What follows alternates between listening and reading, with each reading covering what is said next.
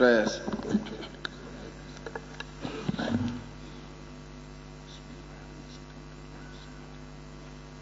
Almighty God, who in thy wisdom and goodness has appointed the offices of rulers and parliament for the welfare of society and just government of men, we beseech thee to behold with thy abundant favor us thy servants, whom thou hast been pleased to call to the performance of important trust in this land. Let thy blessing descend upon us here in this house assembly. Grant us that we may treat and consider all matters that shall come under our deliberations in so just and faithful a manner to promote thy honor and glory, to advance the peace, prosperity, and welfare of this country and of those whose interests thou hast committed to our charge. Amen.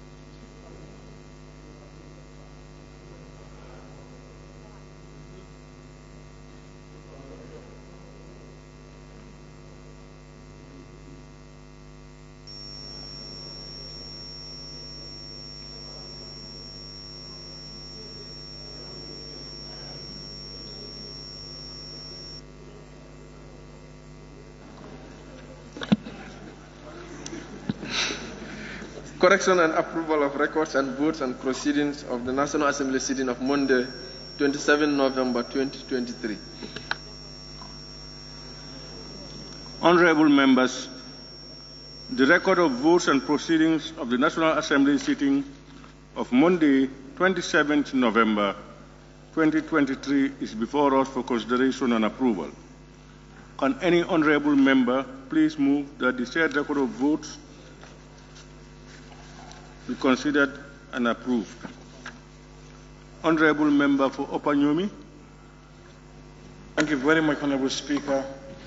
Honorable Speaker, I ask to move that the records of vote and proceedings of the National Assembly sittings of Monday, 27th of November 2023 be considered for correction and approval. Thank you. Thank you, Honorable Member for 𝒂𝒏. Any seconder, honorable members? Honorable Member for 𝒖𝒕𝒕𝒑𝒑𝒔. Thank you very much, Honorable Speaker. I rise to second the motion. Thank you.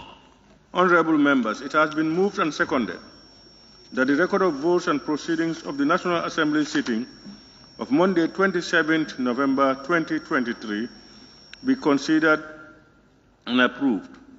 Honorable members, we all have copies of the said record of votes and proceedings. And as usual, we look through it page by page, beginning with page 1.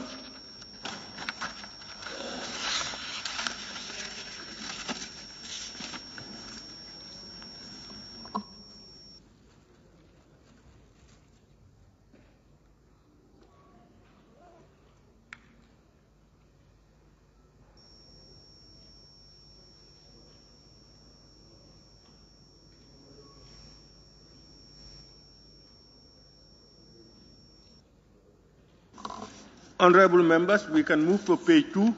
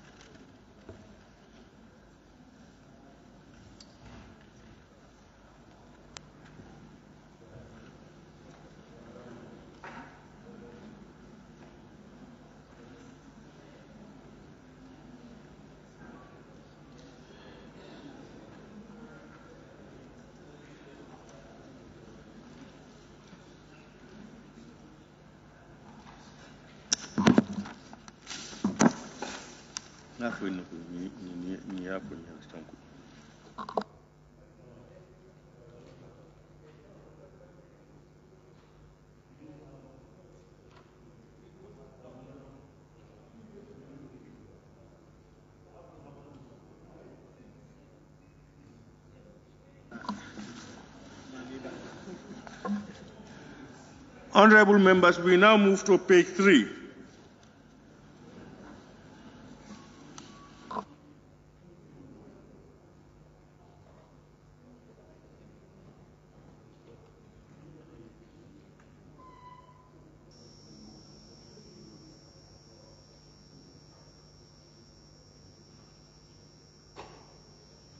Honorable members, Ilyasa, Honorable member for Ilyasa. Honorable Speaker, my name appeared on I'm discussing with the table office that I granted you permission, and I granted 𝒂𝒄𝒏 permission, and Haruna Bari. Those are the ones I remember. Thank you. I think those ones came through the Deputy Speaker, but I granted you personally permission to go. Honorable Speaker, I also Thank took you permission from the Deputy Speaker. Yeah, who is talking? Yes, Honorable 𝒂𝒂𝒏 East. 𝒂𝒂𝒏 East. Yes. And I also called the clerk. Yes, what I do know, honorable members, table office, number 58, Sankundamfa, Haruna Bari, 𝒂𝒂𝒏, and 𝒂𝒂𝒏 East. I think, Honorable, where is the Deputy Speaker? Well, he's not here. Those who are granted permission, they were absent with permission.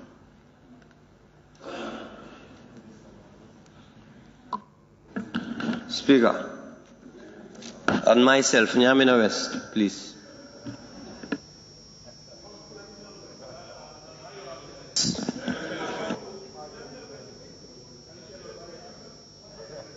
𝒂𝒂𝒏 West? Yes, Speaker, I did tell him. Through the Deputy Speaker? Yes, I went to his office and I took permission. I remember Deputy Speaker informing me about two people in CRR, 𝒂𝒂𝒏 and the Fuladu.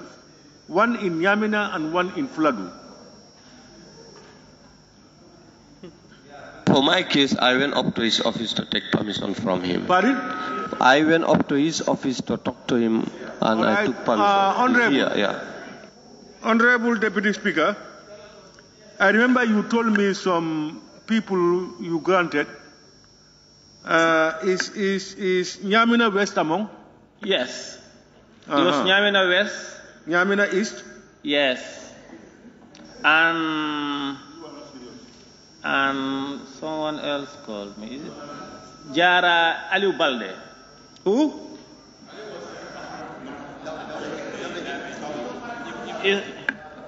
All right, okay. Then we have 𝒂𝒂𝒏. 𝒂𝒂𝒏 is 𝒂𝒂𝒏 West, Lower Fuladu West, Jara East, and Ilyasa. Jokalu, you never took permission from me. Upper Fuladu West. Upper Fuladu West.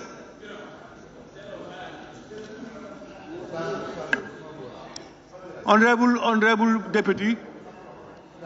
Deputy Speaker. Yes, Honorable Speaker, is 𝒂𝒂𝒏 West, 𝒂𝒂𝒏 East, and Upper Fuladu. Upper Fuladu? Yes. Upper Fuladu? Upper Fuladu is Honorable Bakari Kora.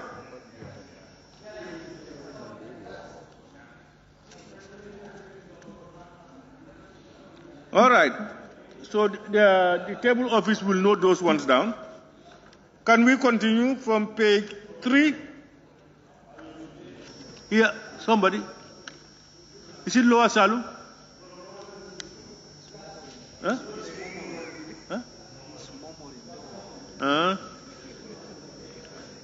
We now move to page 4.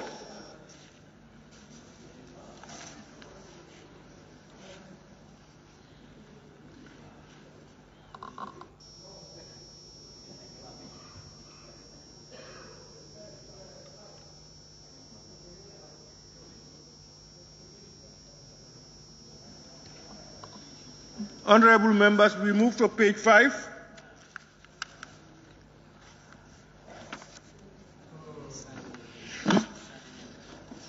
Honorable Member for Sani Mentoring.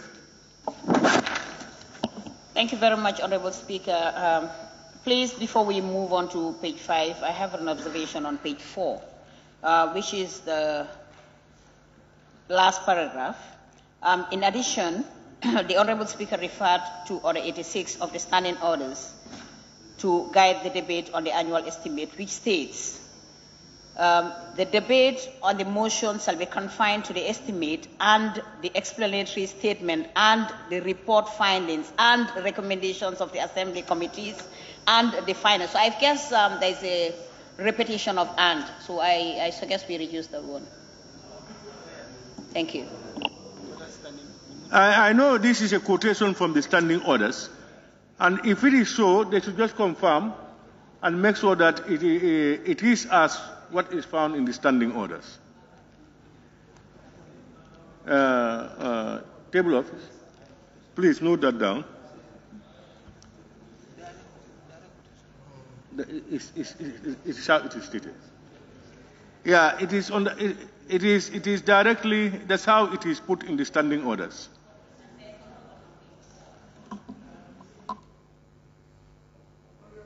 Honorable Member for Sani Mentoring.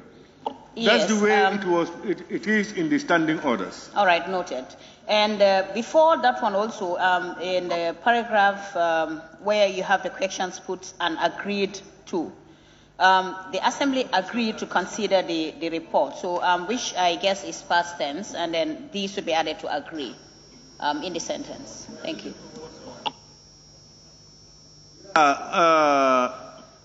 Question put and agreed to that the Assembly agreed to consider the report.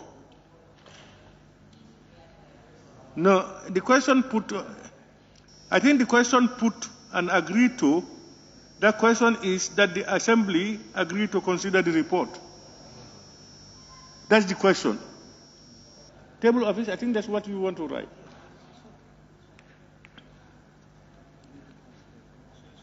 Yeah. Honorable Members, page 5.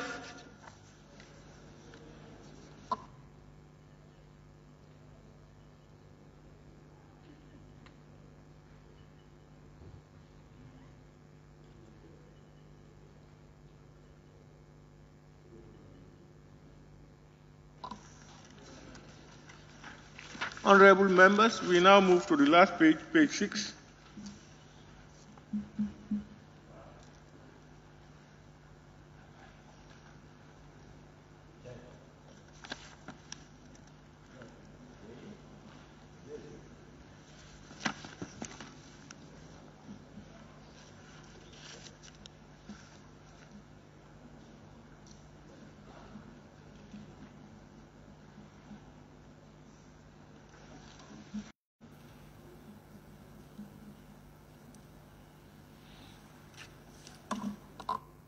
Honorable Members, that brings us to the end. It has been moved and seconded that the record of votes and proceedings of the Committee of Supply on the 2024 Estimate of Revenue and Expenditure of the Republic of the Gambia for the period 1st January to 31st December 2024, both days inclusive, by the Honorable Minister of Finance and Economic Affairs.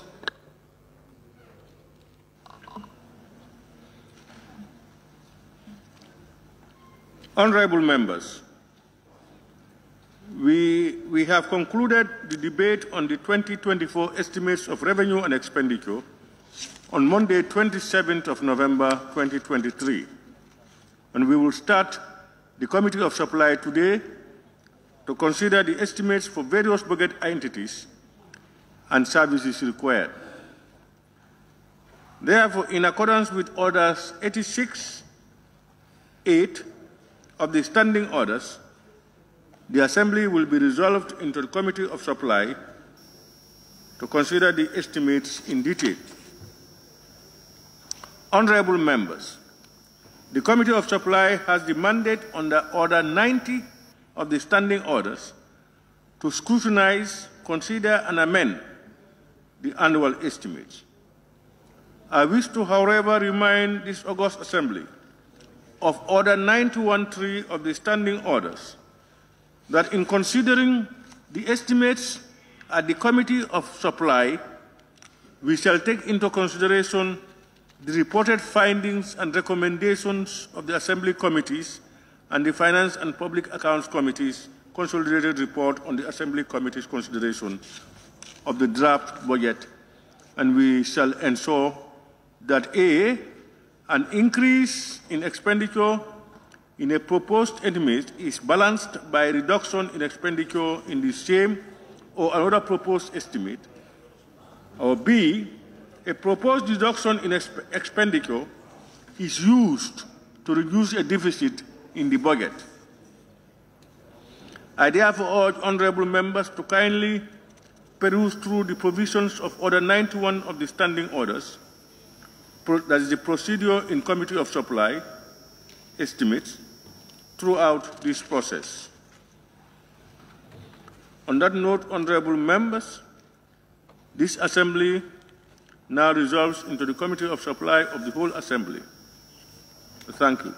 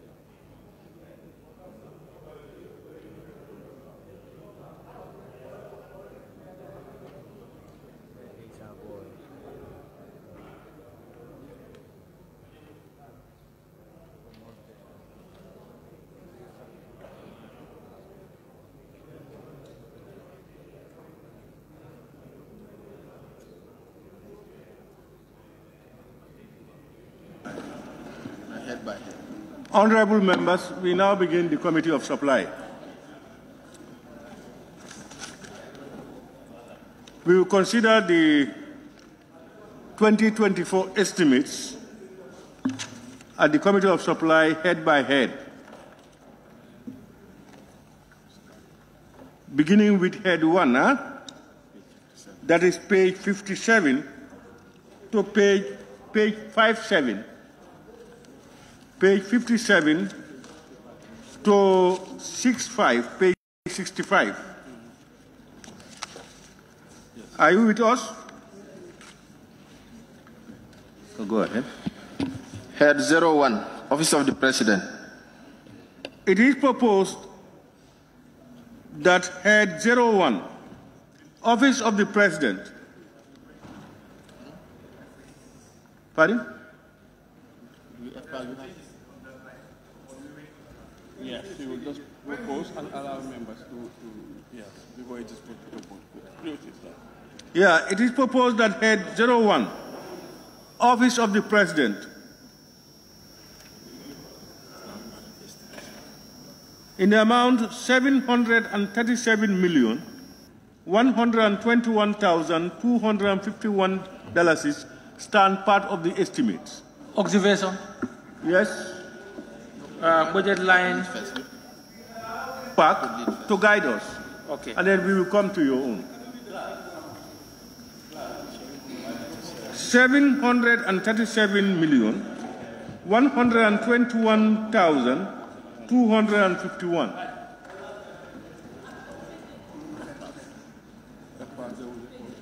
Yeah, EPAC, any proposed?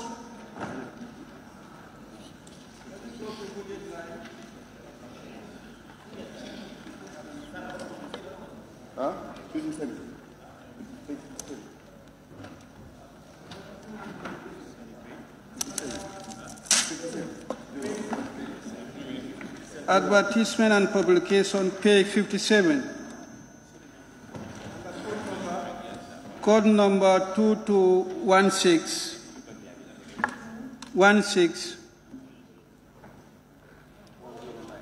109. 2216-109. The amount is 1 million. We are deducting 100,000. Then the new figure should be 900,000.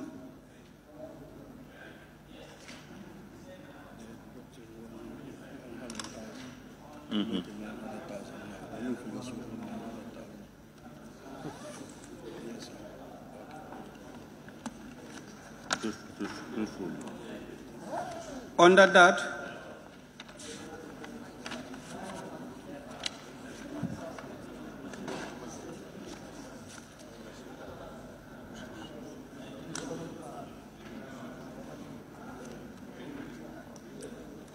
yes, under that,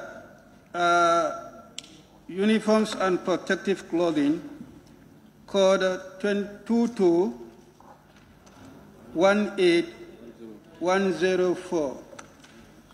The amount is 750,000. We are deducting 350,000, and the balance should be 400,000. So the new figure should be 400,000.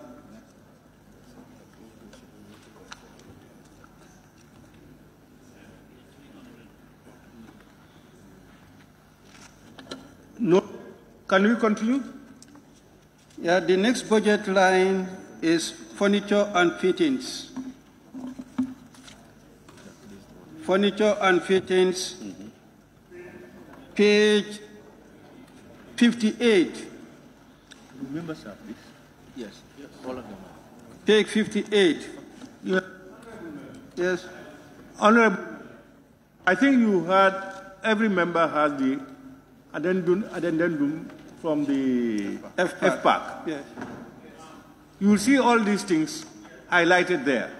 That will guide you easy. That will easily guide you. On the addendum, you have the copies. We are still on the first page of the addendum. Yes.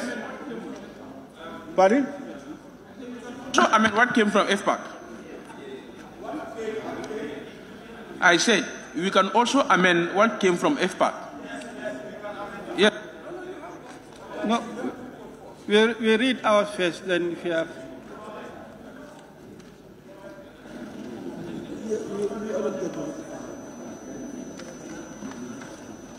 Remember, you have adopted this one.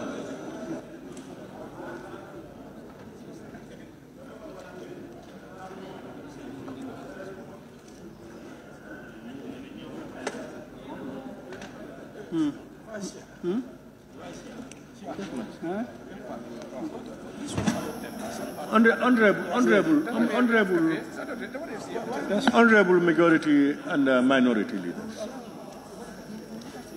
Yes. On Monday, we debated these issues. Honorable members.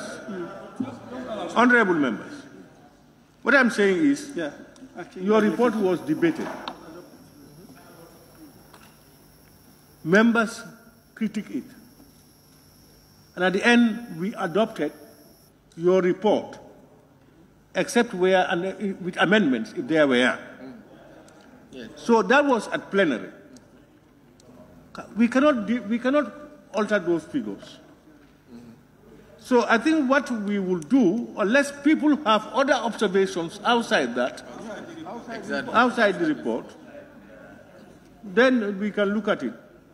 But these proposals on your report, as per this annex, was adopted and agreed. Yes. So what members would do, yes. what you will introduce, is to remind us at this head, the relevant head, the proposed amendments of FPAC adopted, and we will take note of it, and then we will do the corrections and continue. Yeah, we will do the corrections because it's already highlighted in the annex. So the clerk's office will take note and then they will do the relevant adjustments. Except there are other things that members want to look at. But for your report, it's adopted. And do we follow? Majority? Are you in line with us? Honorable members, are you in line? Yes, please. What I want to be sure, if there is any particular head that FPAC recommend, let's say a particular head, FPAC recommend it to be 100. No member can say, let it be 101. Is that what you mean?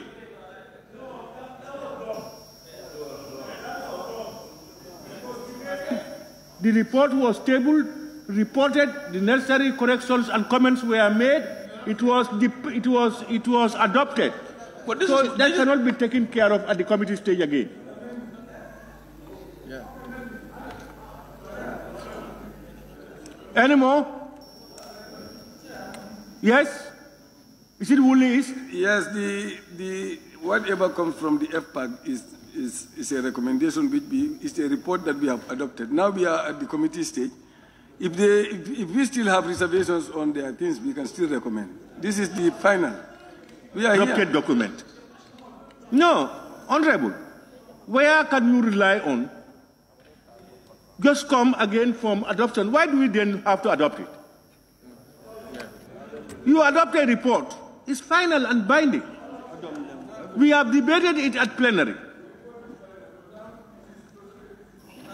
Honorable Chair, Honorable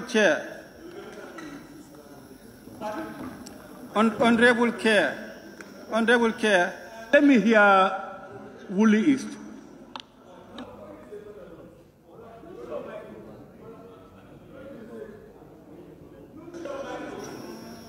No, I've already told you. I say whatever even though it is in their report, at this stage, if we still feel that we can make changes there, we can make changes.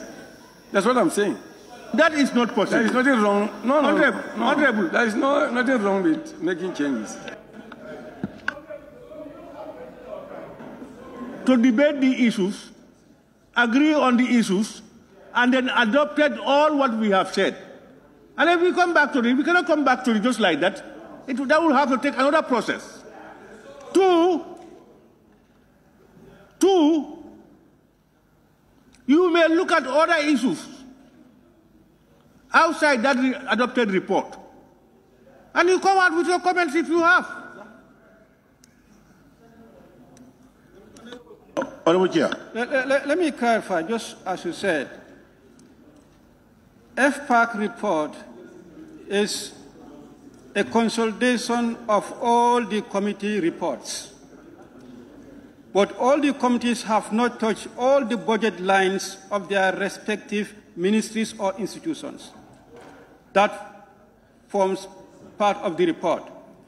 If in the event the budget lines that were not touched by the respective committees and you feel that those ones need to be looked into, yes, we can look into those ones. But any budget line that was touched by any committee and which forms part of this report, and when that is adopted, what he is saying, we cannot amend that one because I'm coming. Allow me, please. That is what we have. If at the time of the debate you have made observation on that and you disagree with that, you can propose amendment to that, and that amendment will stand. So the amendment to these figures should have taken place during the debate when we are looking into this. But anything that is in the report, that is the point. That is the point. Chair. Yeah, to add to what you have said, in Parliament, we asked committees to go back. Each committee went and had bilateral with the sector ministry. And you engage those committees budget line item by budget line item. You've made your savings and your cutting, and even some went to reallocate within the savings they made on the ministry. That is why it's called the consolidated report by the FPAC. Now it's been tabled here, debated extensively. The biggest decision-making body of Parliament. Kalimambai, one house. Yes. The biggest decision-making body of Parliament is plenary. And the report has been presented. It has been debated extensively. But at the end of the day, that's why the Speaker put to vote for us to accept the report or otherwise. And once plenary vote, this is the highest decision maker of Parliament. It has been voted into law. And you can bring amendments to any other budget line item, but what we have voted at level of plenary could not be revisited. Thank you. Honorable members, if you remember, when we looked at the anti-corruption bill, at the end, after our adoption, honorable members wanted us to take it to another stage, to look at some orders that we had adopted. And something happened. A process goes through a process. Because we had adopted it. We cannot just come again and look at it and say that. It has to go through a process. So I don't want us to... Point of order. Point of order. Point of order. Order. Order. Who? Order 91. Yeah, Chairman. Thank you. Point of order. I'm rising on point of order. Point of order. Yes. Yes. 91. Procedure in Committee of Supply. 4. Amendments may be made to an item, subhead, or estimate within the estimate. Amendments proposed to the estimates in the Committee of Supply shall be notified in the writing to the table clerk. The deadline for notifying such amendments is 4 p.m. on the day before the day appointed for the consideration of the estimates. Any proposed amendment, notice of which has not been given, shall be handed to the clerk in writing. And this is the culture that we have been doing here for 6 or 7 years in this parliament. Anytime when FPAC comes, we submit and make amendment. I don't know why the change now.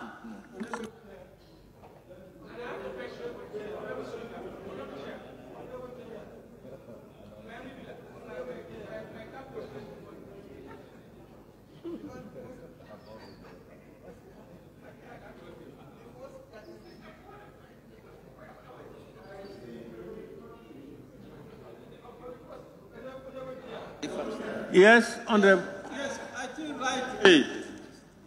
The report that we are presenting forms part of the amendment at the constitutional stage. That's the procedure we are taking.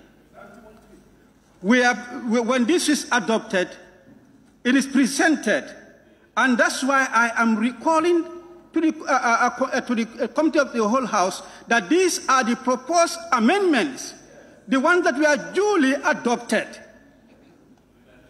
Yeah. Indeed, and in fact, the honourable member was quoting subsection 4 of 91. And then he read it in isolation. Because 91 has 1, 2, 3, 4, 5, 6 going up. And if you look at 3, he said, in considering the estimates, the Committee of Supply shall take into consideration the reported findings and the recommendations of the Assembly Committees and the Finance and Public Accounts Committee consolidated report on the Assembly Committees, consideration of the draft budget, and shall ensure that it continues. Honourable members,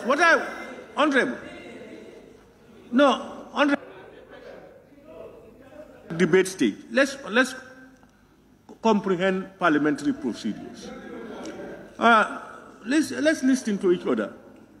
Let's not impose our wills. Let's listen and then listen to each other.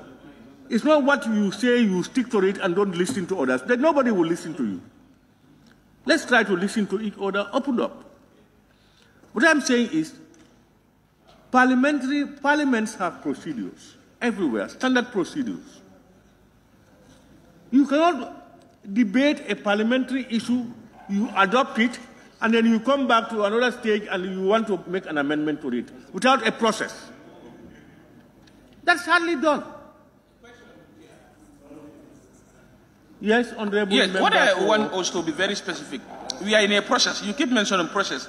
This budget process began since at the retreat, committee stage, FPAC report. You cannot exhaust a process in a process. Process is finished at the end of the process, and this is where we are right now. So we are going to finish it today. Any amendment from any member is going to override FPAC's recommendation. If you go by what Honorable 𝒂𝒄𝒏 said. No, that is not correct. It's not FPAC's recommendation. FPAC's recommendation from the committee's consolidated report was tabled, reported to plenary, and it was discussed, it was debated, and it was adopted. It's not that it's just coming. Chair. Yes. Why didn't you allow the FPAC to lead then? Then let FPAC be suspended. We work on the other items. Chair. So why should you allow them to lead us now? No, they are just honorable. FPAC should lead us. No. Listen. No. On the proposed amendments adopted, then members will come with any order that is not affected. No, since you said it has been adopted for their report, it has been adopted by the parliament. We don't need them now. Let members work on other issues. No. Honorable, please. Honorable, it is reported and it was adopted. All what FPAC is doing at this stage is to tell us at the committee stage, at the plenary stage, these were adopted and agreed to by plenary. And then we take note of it and we continue to orders that we are not adopted. Any order adopted can be raised by members. Somebody's hand is there. Lower Salum. Honorable Chair, for 6 years now, President has been set.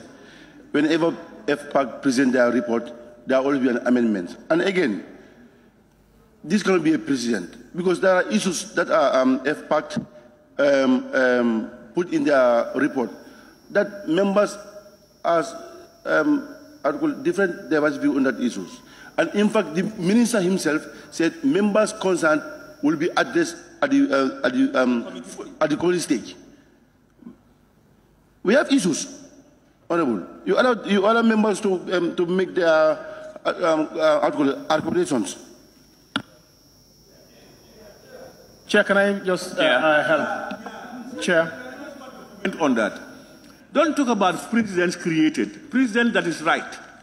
You don't tamper with it. A wrong precedent should be corrected. Yeah. Honorable Majority. Yeah, what I'm saying, I think, Chair, I think the procedure in which you adopted is not bad. Let's go back to the addendum given to us by FPAC. Let the chairman lead us, for instance, now, on the Office of President, read out the amendments that are made. And then anybody who feels that outside this amendment you have other amendment, you can raise concern. And we forge ahead. So that's but already what we are saying, the amendments that are done by FPAC is just to guide us that this and this has been amended and agreed. So on the Office of President, if you have any other amendments that you deem fit to propose, you are free to do that. But that's what we have said. We have said categorically that this FPAC's report as a result of recommendations from the various committees and is consolidated. It was debated. There are areas that we are not touched under the Office of the President and other areas. If you have anything to deal with that, you can come up with it and then we look at it. Then otherwise, why do we have to go into plenary, into bilaterals? And what is the use of FPAC sitting over it? And what is the use of us debating it and agreeing on it? And then we come back and start again. What's the essence of the bilateral? My friend, where can you do that? Honorable members, can we? Who is? Woolley, what is the problem? You've read 91.3. But you know, we are very much cognizant of the proposed recommendation made by the FPAC. And therefore, 3 is saying we should put them into consideration. But it is not saying we cannot change them. We should put them into consideration is different from the fact that we cannot change them. If we feel that there is still need for changes, we can make those changes. But we are very much aware of those recommendations and we want to abide by them. Unless there is, real need to change them, we will not be able to change them. You understand what I'm saying? Yeah, so I understand what you are saying. Don't make it Al-Quran. Eh? No. It's not about. It's neither a Quran nor a Bible. But what I'm saying is, Honorable, now look at it. Parliament has a process, as I told you. What then becomes the need? Why do we engage into committees bilaterals? Us. Now, yes, listen, just listen. Listen. I listen to you. Listen. And then from bilaterals, your reports were sent to FPAC. All your recommendations. It was consolidated into a report and their recommendations were brought. Why do we have to debate that at plenary? What is the essence of the debate? At the end of the debate, why the need to adopt it? When we know, when we come here, we are going to do the same thing again. No. What you can do at that time is to make those amendments, propose amendments, or disagree with them. And when you disagree, they are noted down, and then when we come back here, we look at those disagreements and correct it. But you want us to go all through all that process and come back again and start again because you have seen something. Honorable members, we cannot continue the debate. Honorable members. Yes, we have not. No, Honorable, what I'm saying is nobody said you agreed everything in total. What? Listen. What amendments did you propose? Honorable members, we cannot discuss, we cannot waste our time on this debate. Honorable members, I think at the end of the day, one thing, one thing we must get clear, honorable members, one thing we must get clear is that we have to, please, honorable members,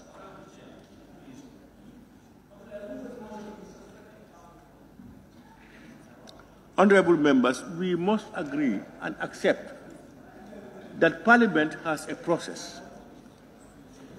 You can do things and you undo it. No, listen, you have to, when we adopted that bill here, that anti-corruption bill, we went through a process to bring it back. Why don't we say, no, we just table it again and do it? We never agreed on that. So it means Parliament has a process. Even to rescind its own decision, it has a process. It's not to do something and then just somebody comes and say, no, let's change it. That's nowhere done, my friend. We are not going. I'm not going to open the debate. It's not a debate period. It's either no.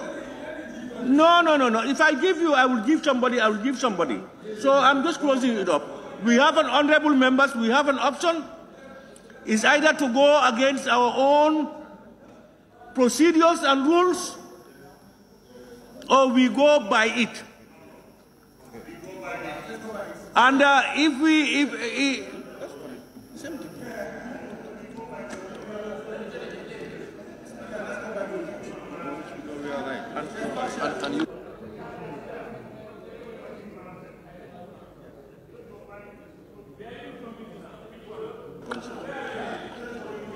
already, you know that the process is correct, because already we have received some proposals on certain areas of the estimates on OP.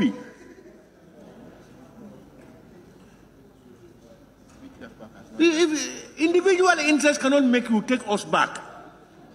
Whatever we have enacted, in hindsight, you will see, even somebody may see something and say, oh, I wish I could have changed this.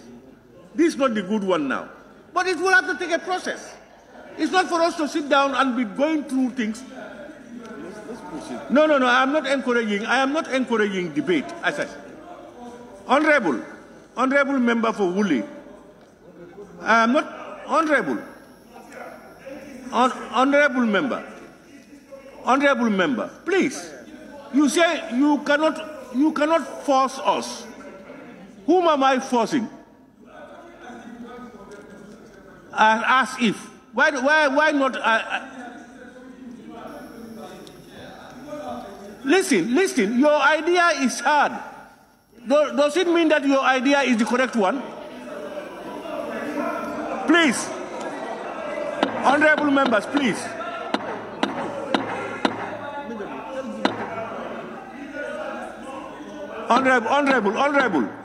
Honorable member for Woolly. Honorable member, you must learn to respect people also. No, you are making statements that are not true because you alone doesn't mean that what you all said what I am saying is true. How can you say what I say? No, because you are alleging. How can I sit here and tell lies? Honorable, you are alleging that I am imposing. Can you withdraw that? No, you are alleging. In fact, what I have said here is true. It's not true because I'm not. That's not parliamentary. That's not parliamentary. Honorable member. It's not parliamentary. Honorable member, you know what I'm saying is, I am not imposing anything. You are accusing me wrongly. Now, it's not time for that. You have spoken over 3 times. You are not agreeing. Don't say we. You talk about yourself. You are not the assembly.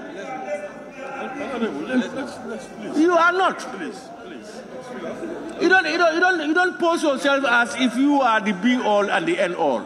This year has always been, we can change whatever FPAC has said. It's not gospel.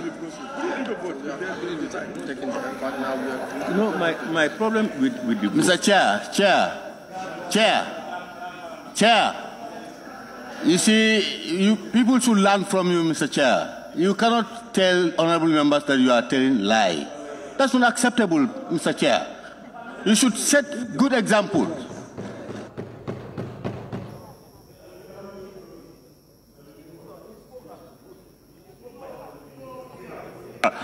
Please, nobody can also input in proper motive on somebody. You cannot also tell the speaker he is forcing people. The speaker is not forcing people. Look, he's not. No, he's not. He's following the procedures, and you cannot waste our time. Don't act like a small child here. Chair the meeting. You should not you're matured. You're elderly here. Madam, yes, even if I'm lobbying for anything, you are also lobbying. Me, I'm lobbying for, yes.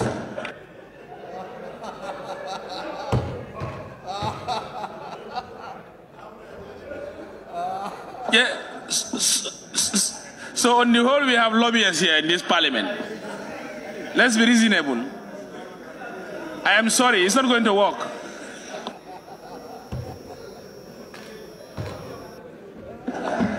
No bilateral.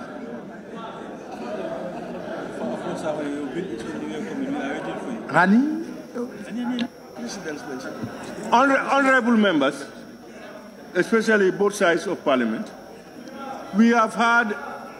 I have been having consultations with our technical backups. It looks like what we are saying is the correct version, and that is on head 01, Office of the President. The report of FPAC that has been adopted, we can only touch it when there are arithmetical errors. But we cannot look back on it directly like that. Other heads down there that members may have observations or comments could be looked into. And then we either agree or disagree on it or take a vote on it. Chair, let's proceed, please. So that is the position. Motion on this. Motion. Yeah. So, honorable members, we will now proceed. Motion. We now on head 1. Khalifa, there is a motion. Let's look at those that we need to consult. Yeah. Outside the We suspend FPAC reports.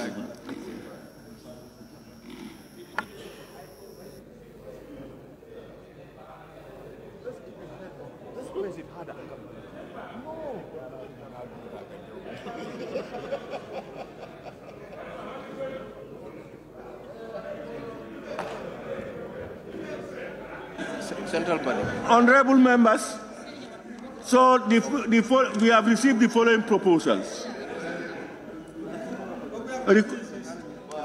No, you know, we have noted your districts for as per your no, Chair. Why don't you allow FPAC to exhaust their amendments? Yes, allow FPAC to exhaust their amendments. Alaj. No, but FPAC near exhaust, then you can go. Agreed, I think it is. But your amendment stands.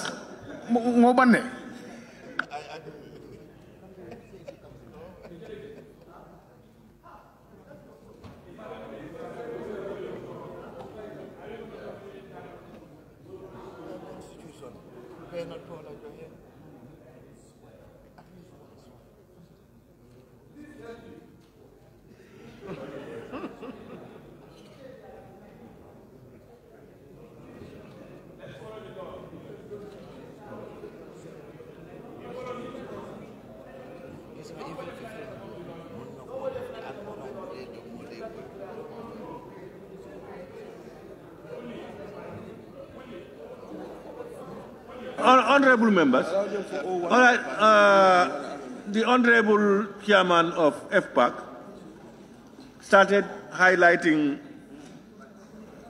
the adopted proposed amendments at the plenary for our records. I think he stopped at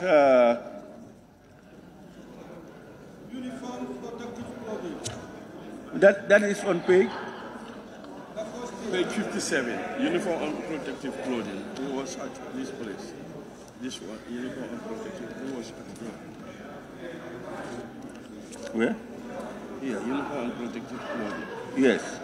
Yes. That he decided to recommend that the new figure now should be 400,000. So he's going with other proposals. Right. I can. It's 22181 this one.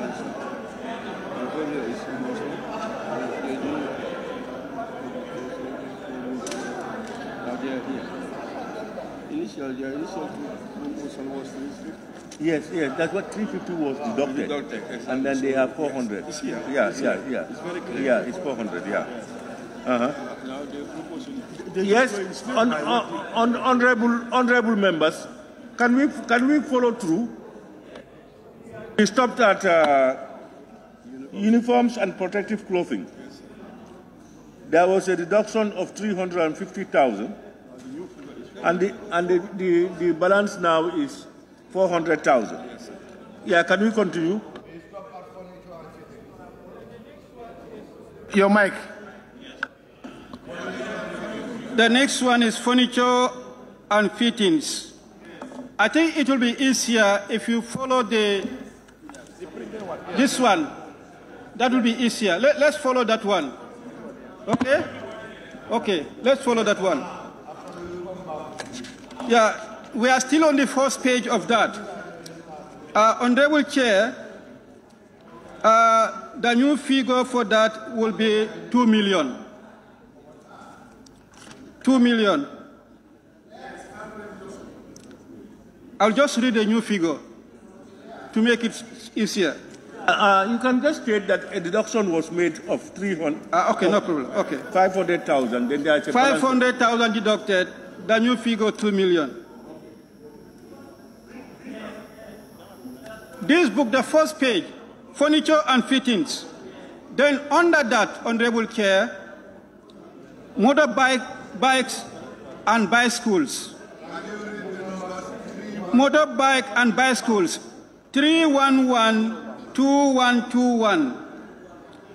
It has been increased by 300,000, increased by 3,700,000. And the new figure should be 4 million. Honorable members, are you seeing it? The original figure was 300,000. There was need to increase it to 4 million by adding 3.7 million.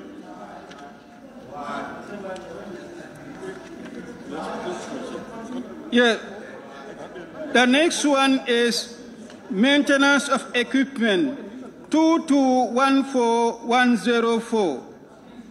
The initial figure is 300,000, reduced by 50,000. The new figure is 250,000.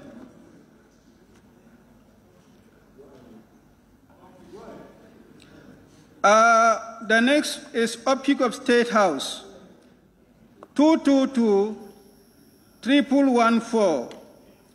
The initial figure is 19,500,000, reduced by 2,500,000. The new figure is 17 million. Are you there? The next figure is medals and insignias. The code is 2821108. The initial figure is 250,000, increased by 1 million, now is 1,250,000. The next budget line is office equipment, 3112117. Initial figure 750,000, reduced by 500,000. The new figure is 250,000. The next budget line, furniture and fittings. The code is 3112118. Initial figure 950,000, reduced by 700,000. The new figure is 250,000. Can you go to the next page? Official entertainment and hotel accommodation. Are you there? Honorable Chair? The next page on top.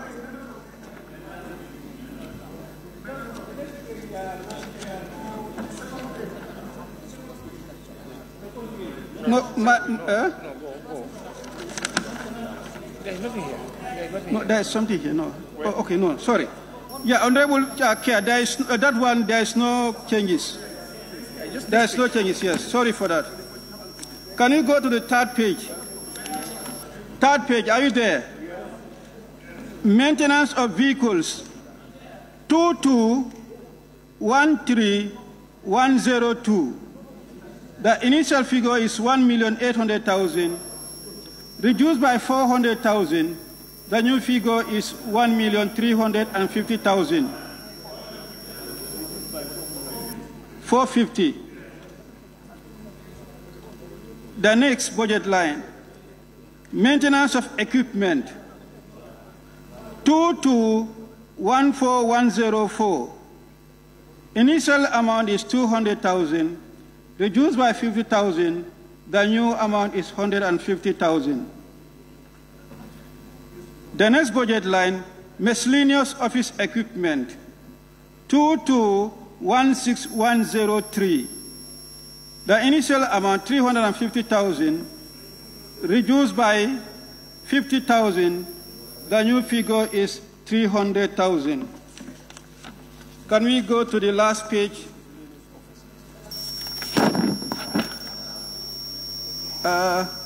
Miscellaneous office expenses, yes.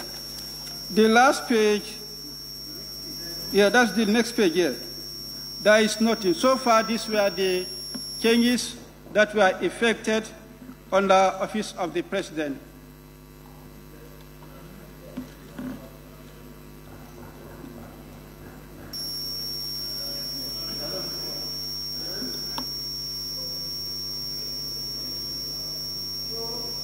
Honorable members, that was the consolidated report of FPAC that we adopted.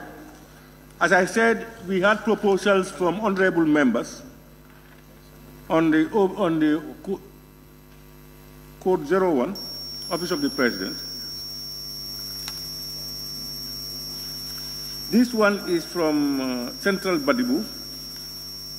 He said Code 221102, presidential visit to provinces, 30 million reduced to 15 million. He is suggesting that the president's visit to provinces under Code 221102 be reduced from 30 million to 15 million.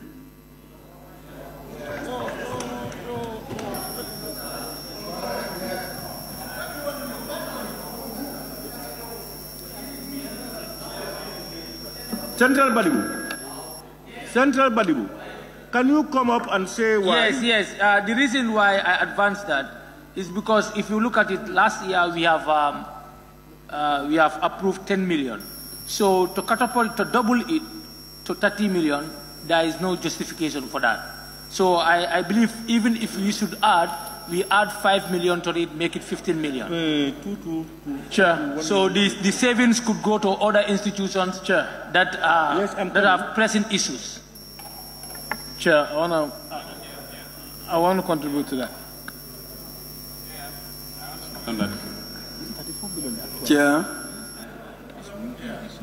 Chair, I want to contribute to the issue on the ground. Honorable Majority. Yes, I want the honorable member to go back to the actuals. 10 million was given, of course, but at the end of the day, what has been paid, it shows that that budget has been under-budgeted. So I still want to propose that we go by the submission to give that 30 million. Thank you very much. Then that was financial indiscipline that you are telling us? You don't behave like that in Parliament. Don't talk to me. Address the chair to give you the floor. You have no audacity to talk like that. So you have to talk to the chair. I'm making a statement. That's financial indiscipline, not for you. You are not being given the floor. Honorable member for Central Chair, point of order, please. When somebody is given floor, nobody should interject except the speaker. Please, Honorable Chair, I will give everybody the chance to say what you want to say. And members will listen. If we cannot agree, we put it to a vote. Simple. Please, Honorable member, please continue. Yes, I am saying that. I am going. Please behave. Behave. What I'm saying. Speaker, point of order. Speaker, I am going in. Okay. Somebody is saying point of order. Open your mouth. Yes, Honorable Speaker. You're talking about a point of. Yes, order 21B, persistently and willfully obstruct the business of the Assembly or Committee. Honorable Member for Central Balibu is persistently and willfully obstruct the business of the Assembly. Can you please caution him?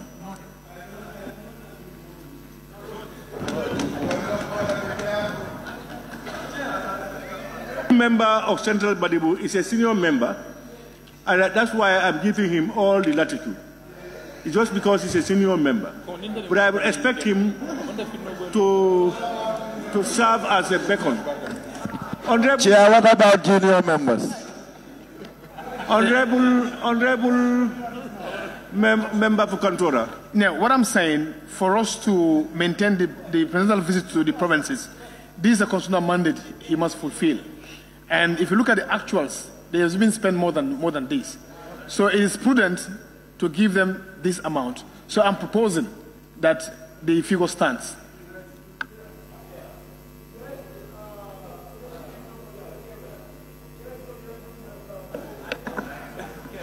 Thank you very much, Honorable Chair, for giving me the floor.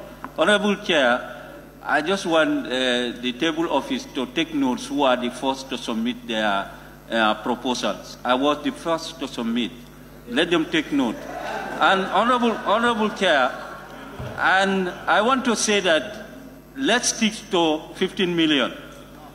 Let's stick to 15 million. Despite that, the amount that they request, even we give them that, they're going to spend more than that. But let us stick to 15 million. That's my idea. Thank you. Chair.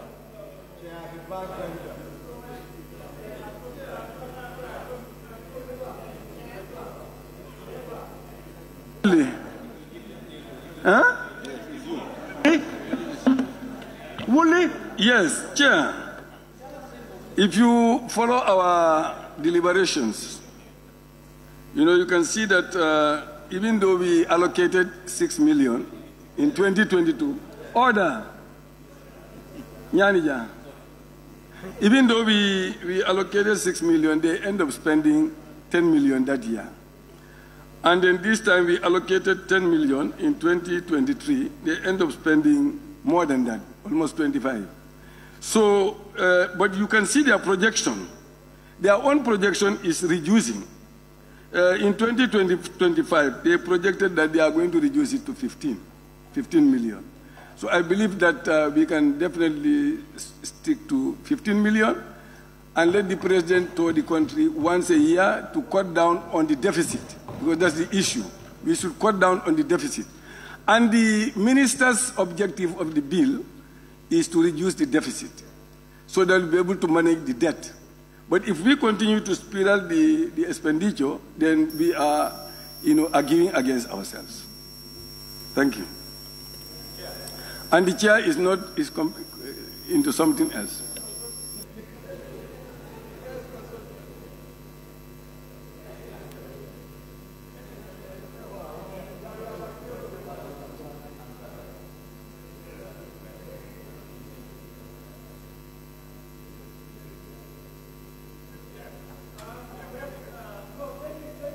way this time. Yes, Honorable. Thank you very much, Chair, for giving me the floor. People have to understand that even us, elected members, need close contact with our electorate. And this is a constitutional mandate. We know what we face if people elected going to visit, especially the magnitude of the president. So we believe that if we can even raise this, it's because of the budget deficit.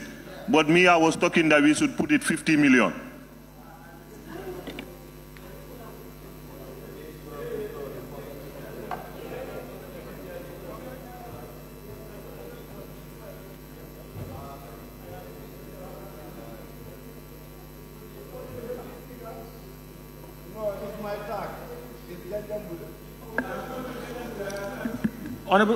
Honorable Speaker,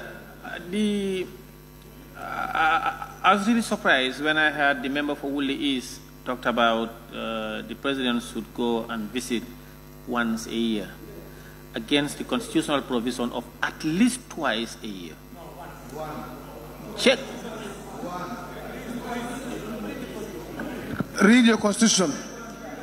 No, you should read the constitution. So it's twice. But the 1997 Constitution states that the president should visit at least twice a year. That's what the Constitution said. I am not sure which Constitution you are talking about. I advise that you read the Constitution because, you know, as a member of Parliament, if you are raising constitutional issues, you must not use or come to these chambers based on innuendos, based on banter discussions, and you bring them to Parliament. Now, Honorable Speaker, let them guide us.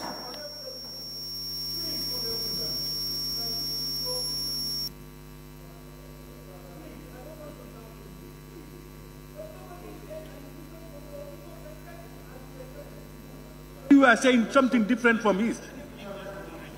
If you have any other thing, I will give you floor, you take it up.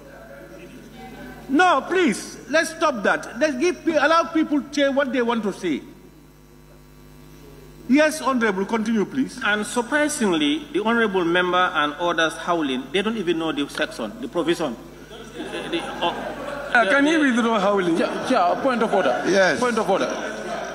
You are howling here. You are howling. We have to withdraw that. You are howling. You have to withdraw that, you know? No, Kiang, you are howling. Kiang there. You are howling, please. Withdraw that. Withdraw that, Kiang. Kiang West, withdraw. During budget session, you are not here. Why are you here today? You see, we talked about agriculture, health, education, infrastructure. All is tied to what the president will go and interact with the people and see what is happening in rural Gambia and urban Gambia and be able to address those issues. If you want to constrain the president against the 1997 Constitution not to go as constitutionally mandated, we are going to create a problem. And whether we accept, please, honorable members, the 30 million or not, when the president wants to go out in accordance with the 1997 Constitution, we cannot stop him. And the Ministry of Finance, no, please, honorable members, they must get funds for him. For us, if you want to stop the unnecessary pressure on the budget, some of these key items on the budget line, if we don't increase them, we must not reduce them. I think now that we have had enough, there is divisions, 30 million, or reduce it, we can vote and move on. Honorable, I think here is where we have the appropriation. And the relevant section that you are quoting is 222, section 222, sub 15. The president shall undertake a nationwide tour at least twice a year in order to familiarize himself or herself with current conditions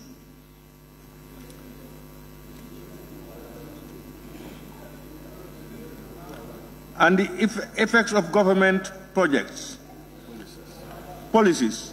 So what is twice? Honorable members, what we need to do, pardon? What is the problem with?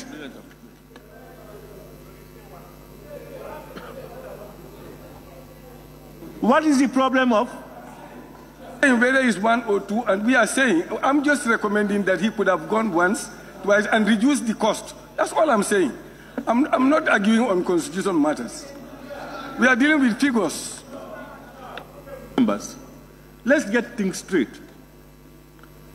When you deal with the Constitution, from the President and any other person, you cannot flout the Constitution.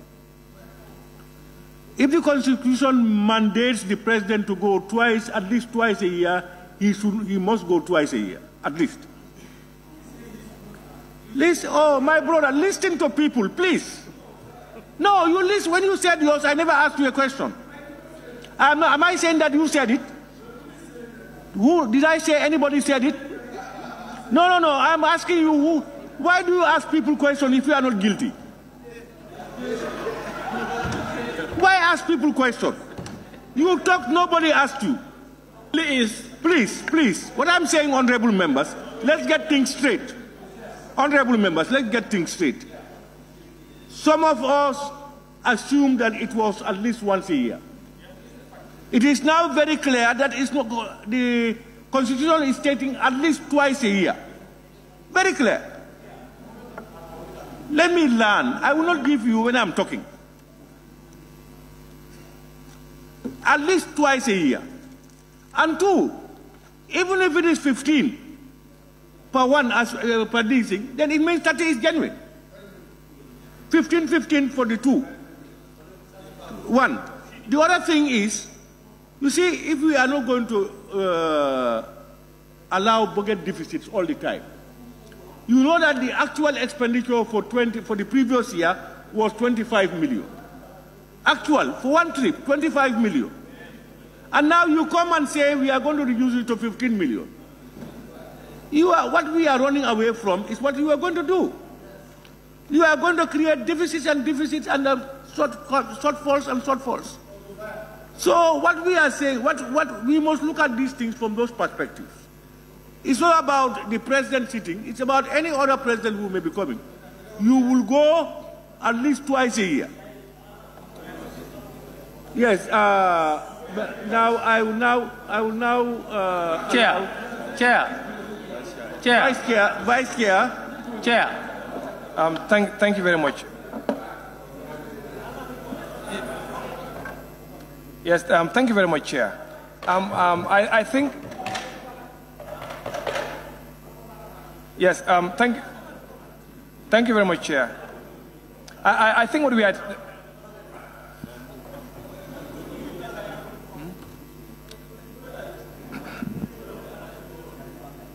Yes, Chair, what I was trying to say is this. The reason why this is called an estimate is because we are not sure, we are not certain of the figures next year. That's why it's called an estimate. Which means what we are doing prediction. And if you're going to do prediction, it's also important to look at historical figures. What is the history? What has happened last year? When you look at what has happened in 2022, you realize that he spent close to 30 million. Currently, as of the end of October, the expenditure of the president on this particular line is about 29.3 million. That gives an idea that when you're making a prediction, anything below that 29, knowing what actually happened in 2022, we are just wasting the time. Secondly, it's an act of parliament that we did the Public Finance Act 2014, where you ask the Minister of Finance to be able to make virement. It was approved here. So essentially, when you budget something, and during the course of the execution, that line is insufficient, then the ministry or the BE is going to make some virement. And you remember the FPAG report before. We said, let's try to minimize virement as much as possible. So if members are coming now and saying, the prediction is 30 million, you say, no, reduce to 15, and you are saying that, then you can go and vire. What are we trying to say? I don't understand. Chair. No. Right, honorable members, our problem, honorable Chair, Vice Chair, can you answer this question? We've heard your justifications. Why then in the succeeding year, you were talking about 15? We debated, we voted. We wanted more than 15 million, ask them. We voted for the 15. But it's not going to work. We approved 15. No, we approved, we voted. We voted to No, reduce what I'm saying is, yes, you have made it very succinctly clear that the budget is informed by actuals of the previous years, and then so that you don't make those things. Because budget estimates also, it must be based on informed. It cannot just be, I think it will be this. There are certain things put into consideration to enable you to reach that conclusion. If you agree that the previous year actual was 25, and you now agree that this year it is running to 29, how do you come to the figure of 15 for 2024, 2025? No. We are not looking at 2025, 2026. Why they put those figures? It's a percentage. No, 2025. Yes. Honorable, 2025. Yes. Your proposed projection is 15. Yes. No, that is a projection, yes. And this is an estimate. No, they are not the same.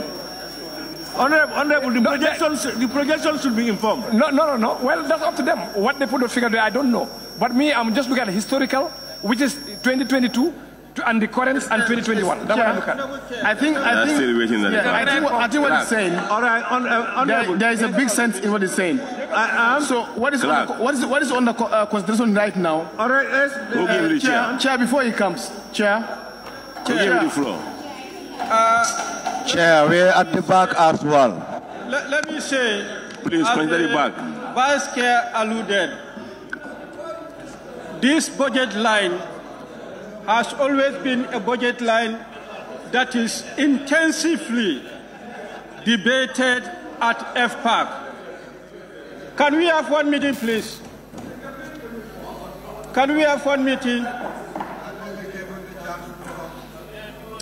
This budget line has always been intensively debated at FPAC. There was never at any point in time that we'll have consensus. We always put to vote to decide. Those who are with the view that the figures will stand, justification is based on actuals, and we have no control over environments. Those who are with the view that the figures should be reduced are with the view that even though it's a constitutional requirement, but the delegation is not dictated by constitution, that can be managed to save the cost. However, if we debated at the end, it is the majority that prevails. In this case, if you look at 2020 actual is not here, but it's around 38 to 39 million.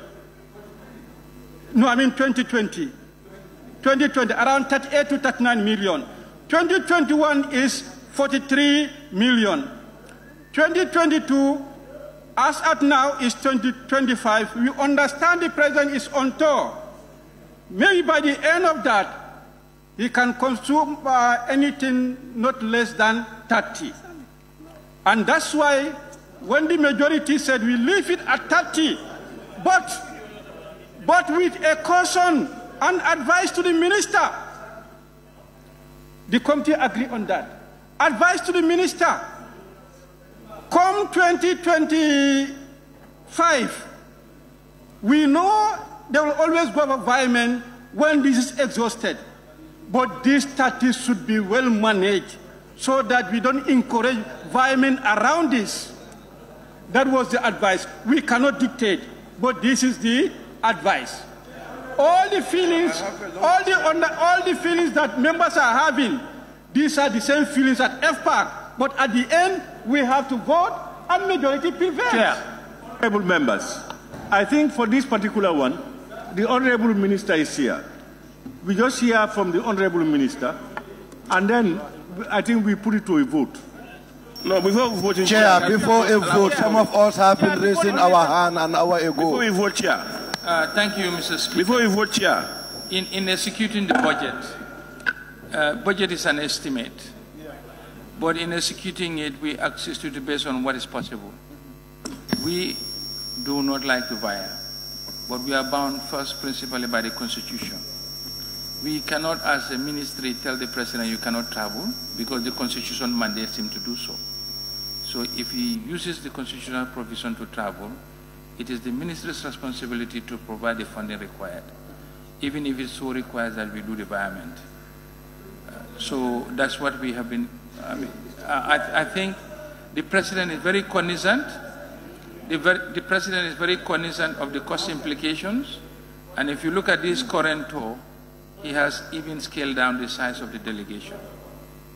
He is aware of what's happening, but of course you manage the budget in line with the Constitution. So that's the contribution we have. Thank you. You see, for all, if I'm seeing about more tax going up, we cannot continue this debate. People have different opinions. But what is clear is that from what the Honorable Minister said, and some of the concerns raised, and what the chairman of FPAC said,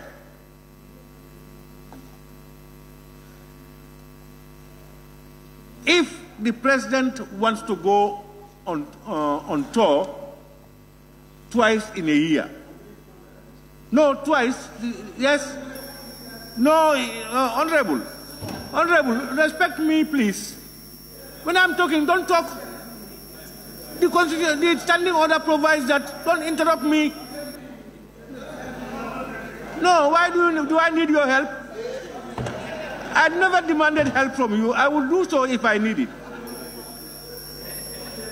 The Constitution provides that is mandatory, at least 2. 3, 4, 5, 6, the President can say, no funds, we will not go. He can do that, but he must go twice. That's what the law provides. It cannot be, if it is at least once, it's fine, but at least twice means he must go twice in a year. And that must be budgeted. The constitutional mandate must be budgeted.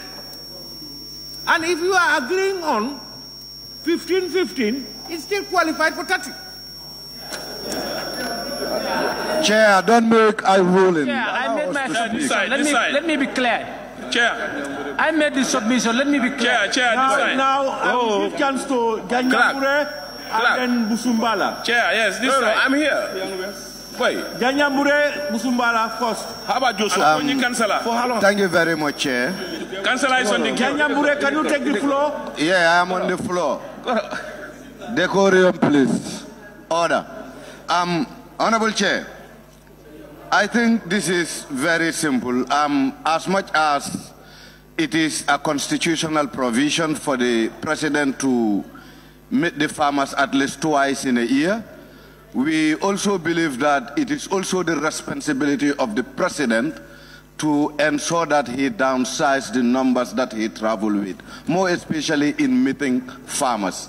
So for me, this is very simple.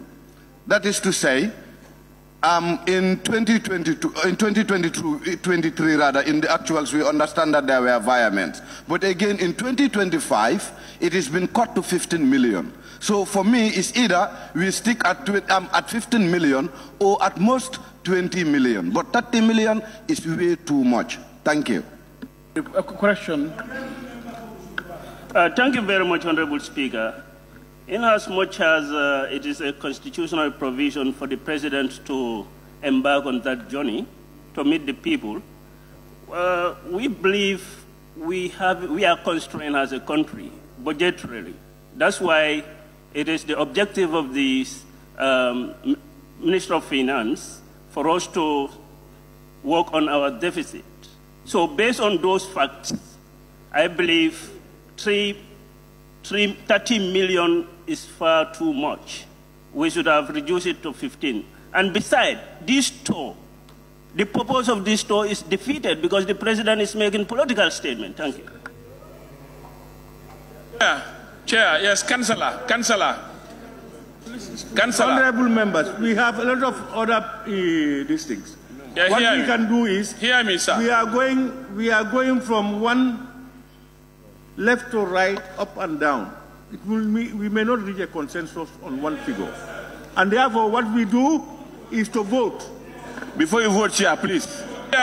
No, we cannot continue the debate. No, hear us. I have something, please. No, everybody has something. We must stop somewhere. I have sent my document, but it's not even relayed to you. It's in your table there. Yes, we will read it. When it comes, we will read it. Yes. About this subject matter, I mean. Yes. The same subject, yes. You are proposing a different matter. Yes. I want to be heard. Yeah. No. What we are saying is,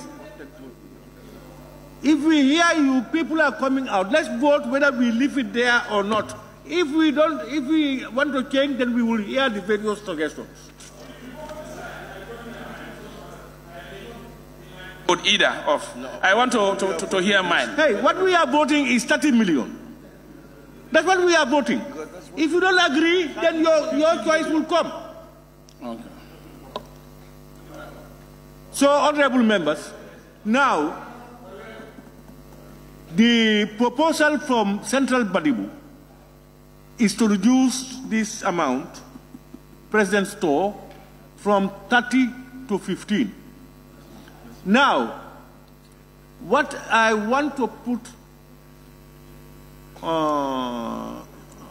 to a vote is that the... Somebody is talking. Councillor, please. Councillor, you are talking about a reduction to 20 million. We are not dealing with that now. Simple. People have various suggestions. We are dealing with, do we agree to leave it as it is or not? If we agree that we should change it, then yours comes relevant.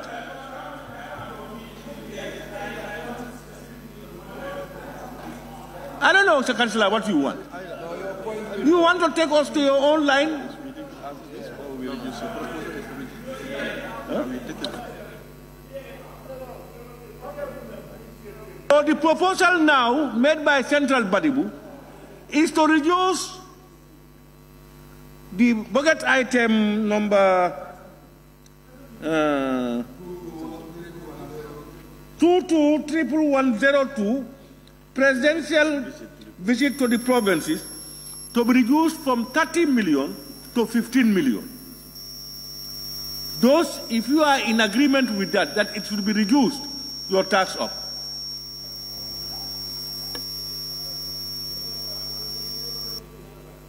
The motion is that it should be reduced from 30 million to 15 million, 15.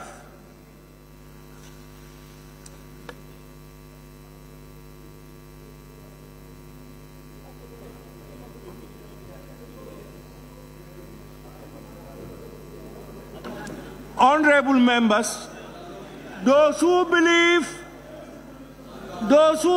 that it should stay at 30 million and not to be reduced to 15 million, your tax up.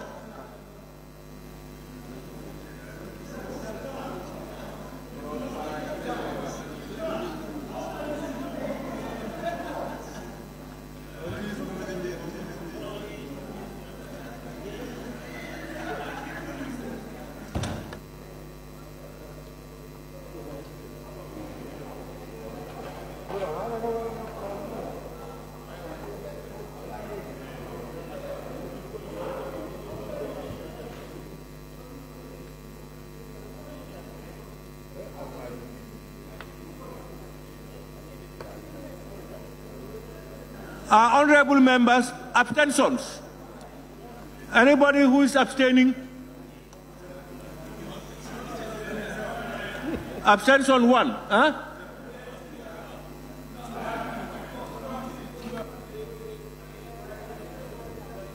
You can stay neutral.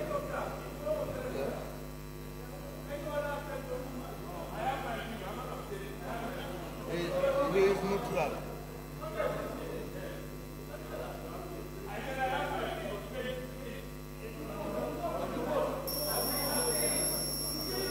When people are talking about Banjul, you go to London. Huh? Honorable members.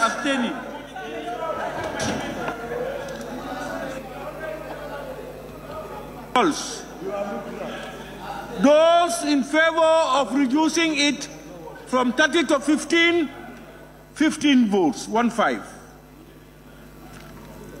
Those in favor of remaining at 30 million, 26 votes.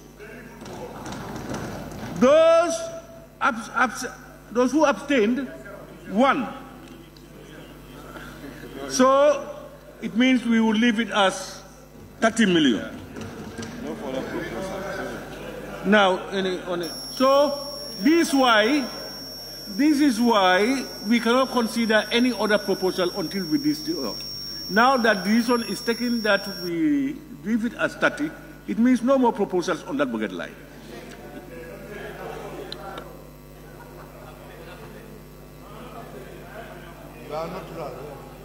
Honorable members, now we also have one from Kiang West on code 221101. He's out. Let's take another one until he comes. He's out.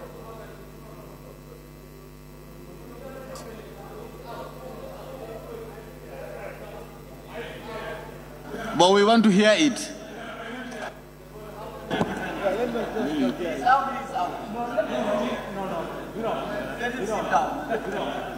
She's out.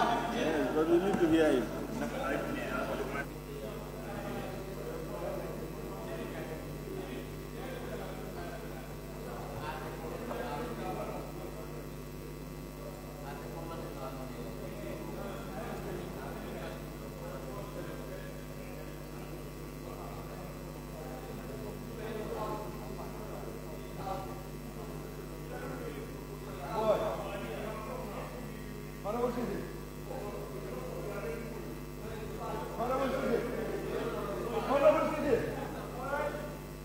Honorable Sisi around? He's back. Kiang, are you around? His proposal is code 221101, that is travel expenses. He's suggesting that it be cut from 66 million to 40 million. Observation, Honorable Chair. Yes. Travel expenses on the general administration. Yes. Yes. Okay. Yeah, general administration. Travel expenses on the general administration. He's suggesting from 66 million to 40 million.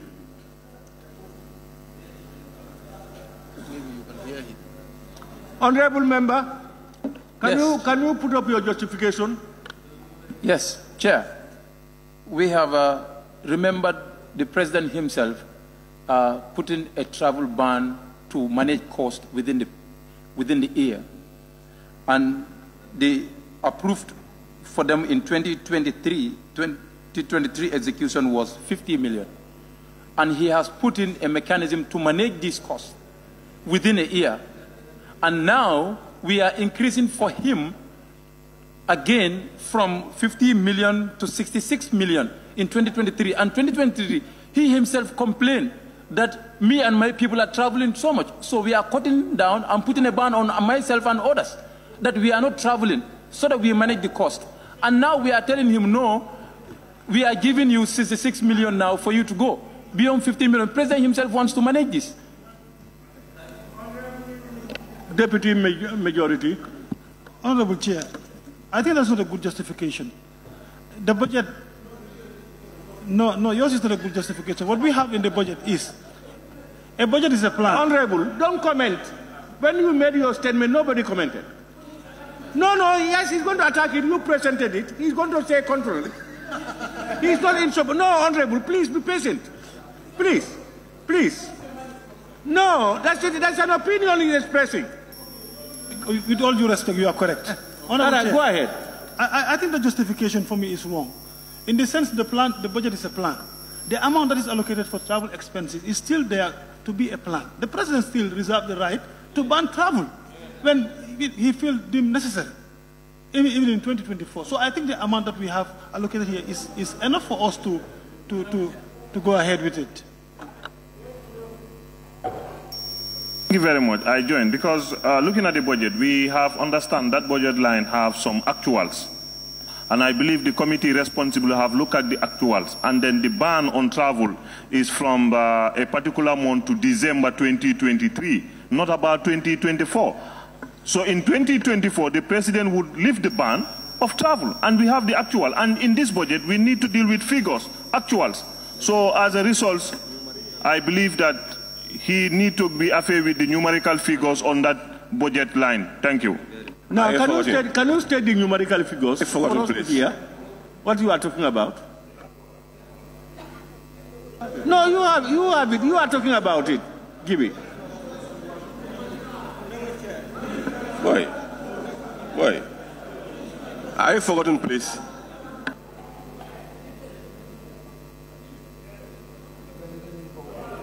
You don't have figures, Honorable Chair. Let's move ahead. Are you forgotten? The ones at the back. It's 152. Yes, Honorable Chair. During the review, we tried to make reference to the submission from our budget department to guide us how to reach to certain decisions based on actuals. From 2021, the actual for this budget line was 53,557,657. Whereas for 2022, the actual for this budget line was 153,142,930. The approved for 2023 was 50, and this was revised to 70,404,612. And as at October, the actual for 2023 is 59,943,790.44. And I did say we have no control over environment. Looking at this actual as at October, if the figure that is estimated for 2024 stands at 66 million, we have the feeling that if we cannot control environment, if you underestimate for that, you cannot do anything to reduce the cost. Honorable, I wish I called you earlier. You have succinctly cleared my own doubt. Because it would look like, if I heard you well, that the figure for 2023 has been revised to 70. Huh? And now the proposed figure for 2024 is less than 70, 66. Am I right? And the actuals for the previous year, 2022, is 150-something million. Now, Honorable Member for Joshua. Thank you very much, Chair. I think, Chair, it seems we want to waste our time on these issues here. If at all the powers are given to the minister to wire anytime he wants to wire, should we be here cutting and adding on figures? These are powers given to him. If we let's look at the actual and compare the two actual of last year and this year, and yet still it's the same minister who is there to wire without coming to the parliament. So why should we waste our time on figures, wasting our time talking unnecessarily? He has the right to wire anytime he wants to wire. So if the environments are not controlled by us, then why are we here wasting our own time? The environments are controlled by him, so why are we here talking? It makes no sense. Honorable Chair. Honorable Chair. Lower Salum. Honorable Chair. Thank you. Lower Salum. Thank you, Honorable Chair. The suggestion that I have, it is general administration. It's not only the president office, because the vice president is under president office and on other agencies. I guess the figure there is fine. Honorable Member for Central Badibu. Thank you, Speaker. Chair. Honorable Chair, I think one thing that should be clear to all of us, we are in a dire situation and we want to bail out the country. The President himself made it very clear that this country needs money for development. So we have to prioritize. What we are saying, us as Parliament, we have a role to play.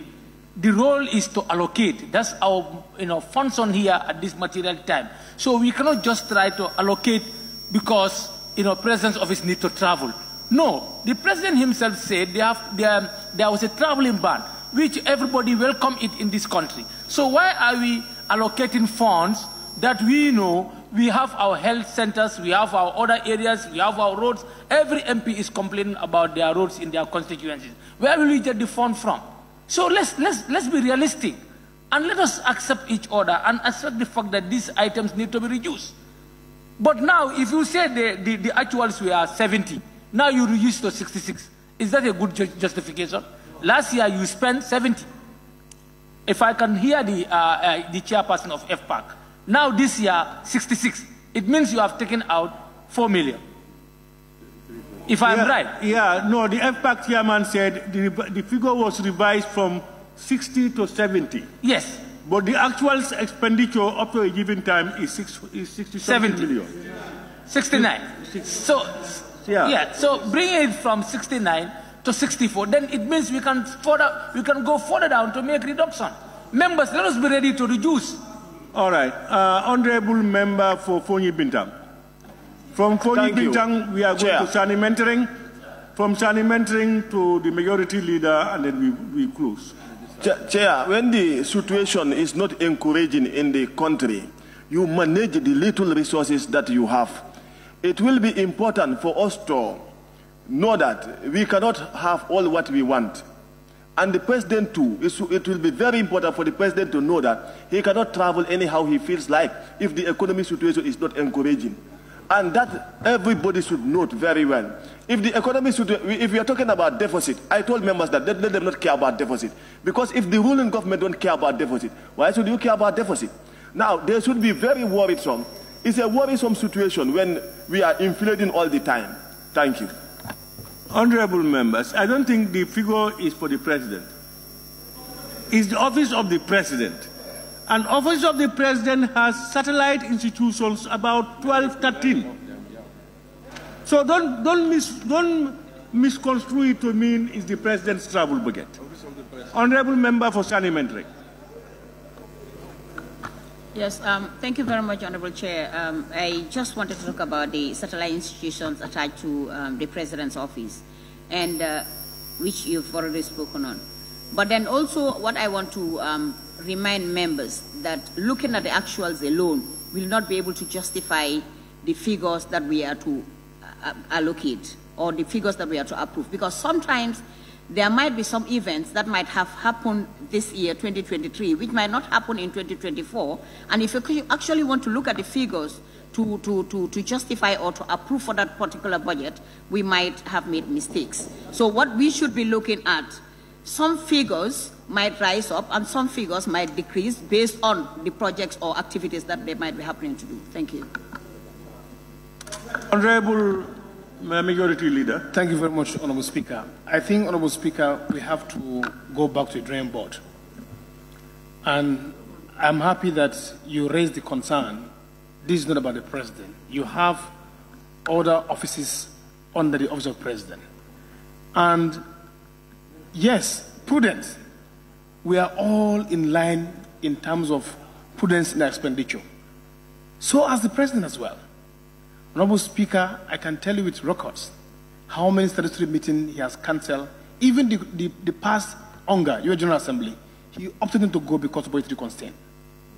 So it's in consideration of that. So going by $59 million in October, 59 million, I think it's wise for us to maintain 65. Looking at the expenditure from January to October 59, and you are giving him 40. Is very, very unthinkable. And Honorable Speaker, once you are budgeting also, do not budget to encourage environment. The sectors are given that this will manage. You are going to give reduction that encourage environment. Because once you give them something that cannot fund them, you are saying that go and fire. So to avoid that, I want us to go by the 65 million in the budget. Thank you so much. 66 million. Thank you, honorable members. Honorable members. Honorable members. We are just seeing that I think what the member for Sani Mentoring said is important. It also actually can depict a lot of things. Something special might have happened at a given time that might have warranted an increase in the budget line. But if you look at it also, from what I heard from FPAC, the actuals for 2022 was 153 million. Actuals. You are now proposing 66 for this 2024. The proposal for 2023 is 70 million. Huh? Yes, so revised to 70. That's what I'm saying. 70. Now, what you are proposing now is 66, less than that 70. Pardon? Okay, no problem. This one, no problem. Minister, cabinet, whatever, government. In fact, I will not say that. I will say that the entire members proposed it because you looked at your budget lines, you went to your bilaterals, you made your recommendations. You never made that recommendation. So, but what we are saying is, everything being equal, people must travel. Travel must be done. We should reduce everything necessary to cut down our deficit. That is there. So let's look at the balancing act. Because I don't want us to go and debate this and debate and then come to a vote.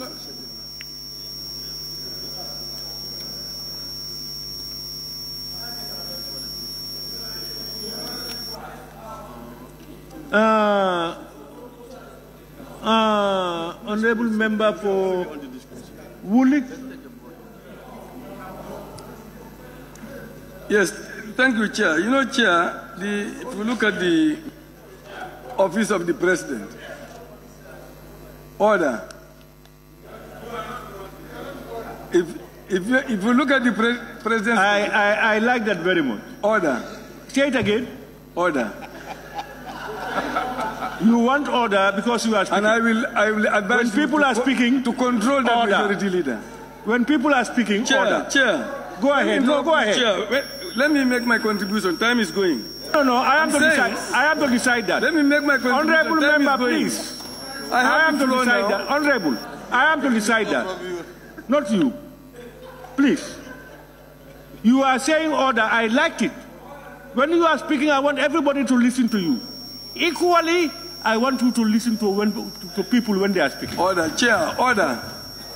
I'm saying travel expenses. You see, the travel expenses. You are not notorious for violating your own. And Chair, are you listening? Honorable member. Chair, are you listening? When the speaker speaks, you sit down. When the chairman speaks, you sit down. Yes, I don't know you of violating standing orders much. Unless you deliberately want to do it. And I will be surprised if you deliberately want to violate your own laws. So what I'm saying is, I agree with you that when you talk, people must listen. But equally, when people talk, you must also listen. Yes, thank you very much. You can now take your floor. The chair also should talk less now and listen to us. No, you cannot determine that. That power you don't have. Honorable Chair. No, agree to that. You don't have that power. I determine it. Okay. It's close now. All right, go ahead. The struggle is close now. Let's continue. Honorable Chair, what we are dealing with, where the proposal is from the honorable member, is on general administration, which is under the President's office. The other items under the President's office also have travel votes. But the particular one he is dealing with is this particular one, which is 221101. That's what he is dealing with. So to say that it's not just the President's office, that's not tenable now. The one we are dealing with is this particular one. And we are saying, since the President is the one who comes with this travel ban, to reduce the cost, we expect the example coming from his office. Then all the others will follow. That is the idea. Once the President curtails his travels, whether it is outside or inside, all the others will be compelled to follow the example. But without the example from the Chief of State, just like I said yesterday, all the others will be clamoring for travel, including the National Assembly. That's my position on this. And what the minister said also is very what we said actually. Yeah, what we said was he cannot stop the minister. He cannot stop. Honorable member. So I think I will invite you to take my seat one day. Yes, and I will see how you perform. Honorable members, I think what we are saying actually is, officer of the president does not mean the president. That's what we are saying. Somebody, now any other, yes, honorable member for 𝒂𝒏. Then Honorable Speaker, Honorable Chair, as long as the office of the president is taking time, why not we suspend it and move to other ministries, then come back? That's my proposal, because it's taking so long with the office of president. Yes, but you know, we come back. Some people have a problem with the name president. So it's better we skip it and later we come back. That is an accusation, Chair. Point of observation. Let him withdraw. So far, we are coming back on it. Who said office of the president is not the president? No, we are not inviting you. Sabah, on the... Thank you very much, Honorable Chair. Honorable Chair, I think we are wasting more time on this, as alluded to by Honorable Member for Joshua. I believe that the office of the president must have been given a ceiling by the Ministry of Finance. And based on that ceiling, they will play around to allocate their budget lines. So which means reduction must have been controlled at their level. The same minister who gives them a ceiling is the same minister who have the right to give violence. So we need to understand this. I think if we have that understanding, we will not be wasting time on these budget lines. Obviously, bilateral was done between Office of the President and the ministry. And it is the same ministry that is given the powers by the National Assembly to do violence, to via. The same ministry has given Office of the President ceiling. So please, let's come to consensus and understand that when the needs arises for the president to put a travel ban, obviously he knows that he has this budget line. And he has the right, and all the satellite institutions, to travel within the budget line allocations that was given to them. But when he deemed it, felt that it was necessary to put this travel ban to limit travels and to limit the spending, it was done. So we all have this country at heart, like the Office of the President does. So having these figures on that book does not mean that the resources will be exhausted at the end of the day, as far as the travel ban is there. So let's maintain this 66 million. Or if we continue to debate like this, we are spending more time on this. I think we can put this on vote and then we move. And in fact, I am putting it on a vote. I am not entertaining anymore. Those who are the proposal here is... Chair, Chairman. The proposal here is 221101 on the General Administration, OP, travel expenses be reduced from 66 million to 40 million. Travel expenses be reduced from 66 million to 40 million. Those who want it reduced from 66 to 40 million, please your tax up. No, before making the voting, please. Honorable members, the proposal is 66. Travel money attract travel. Your tax up. If you reduce it, it will not attract travel.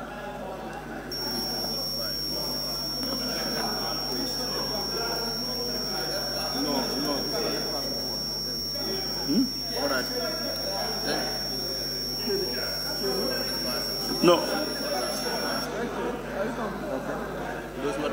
Now, those who are not in favor, those who want it to remain are 66 million. Your tax up.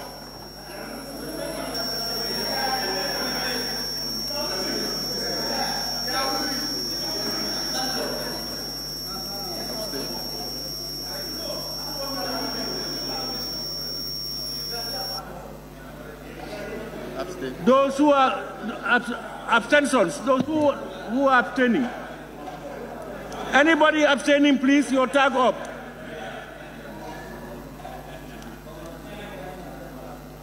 Those who are abstaining.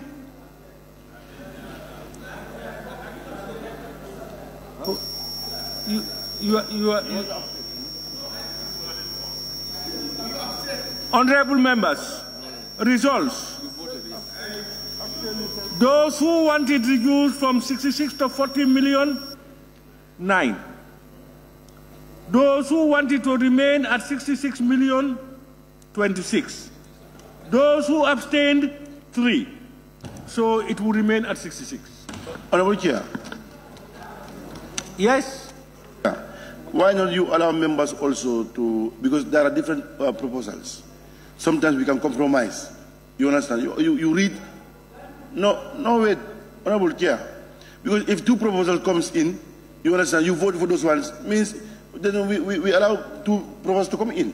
But if we make proposals, you keep it with you. Why not then, if we do that, you said no. You allow members, because already there are 66 and 40, 60 is there. We can compromise. But if you vote it, yes, you have said what you want to say. I cannot deal with 2 documents. The document is from Kiang West. It's a proposal that we must get rid of. I allow debate.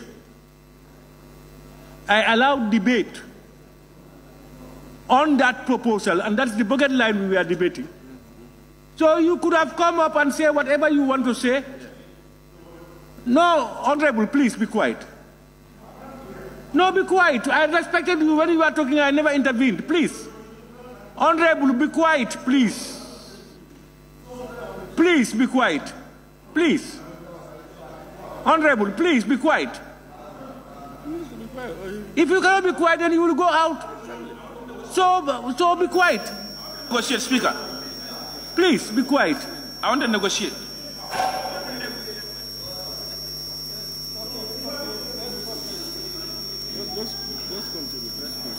Honorable Member for Lower Salum. No. Honorable Member for Lower Salum. Please, if I ask you to be quiet, please be quiet. Please be quiet. Here we are governed by laws, not by willpower. So please, if your people send you here to represent them, the effective representation means you go by rules. Please. What you do, any other member could do it. So please, I appeal to you. Please. Honorable members, we now move. We have another one from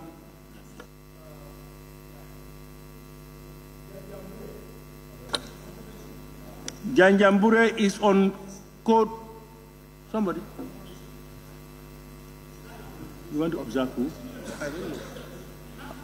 Because the proposal is not there. But you want to observe who? Yes, I'm going to make an observation. You know, when you making an observation, somebody has to grant you to observe him. Who are you observing? The Speaker himself, the Chair himself, the Chairman himself. Yes, and you know, my observation is that... No, I've not granted you yet. Well, anyway.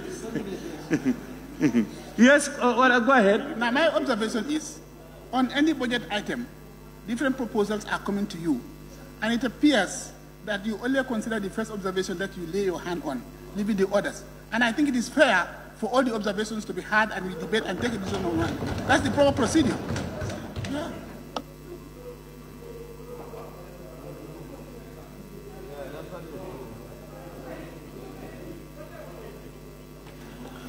Otherwise, all what we will do is if I read a proposal, I will just say, let's go to a vote. But I refrain from that. If we have 7, 8 proposals, that will emanate from the debate. You know you propose from, somebody is saying 40, you may be saying 70, somebody may be, you put it up. You put it up in your debate.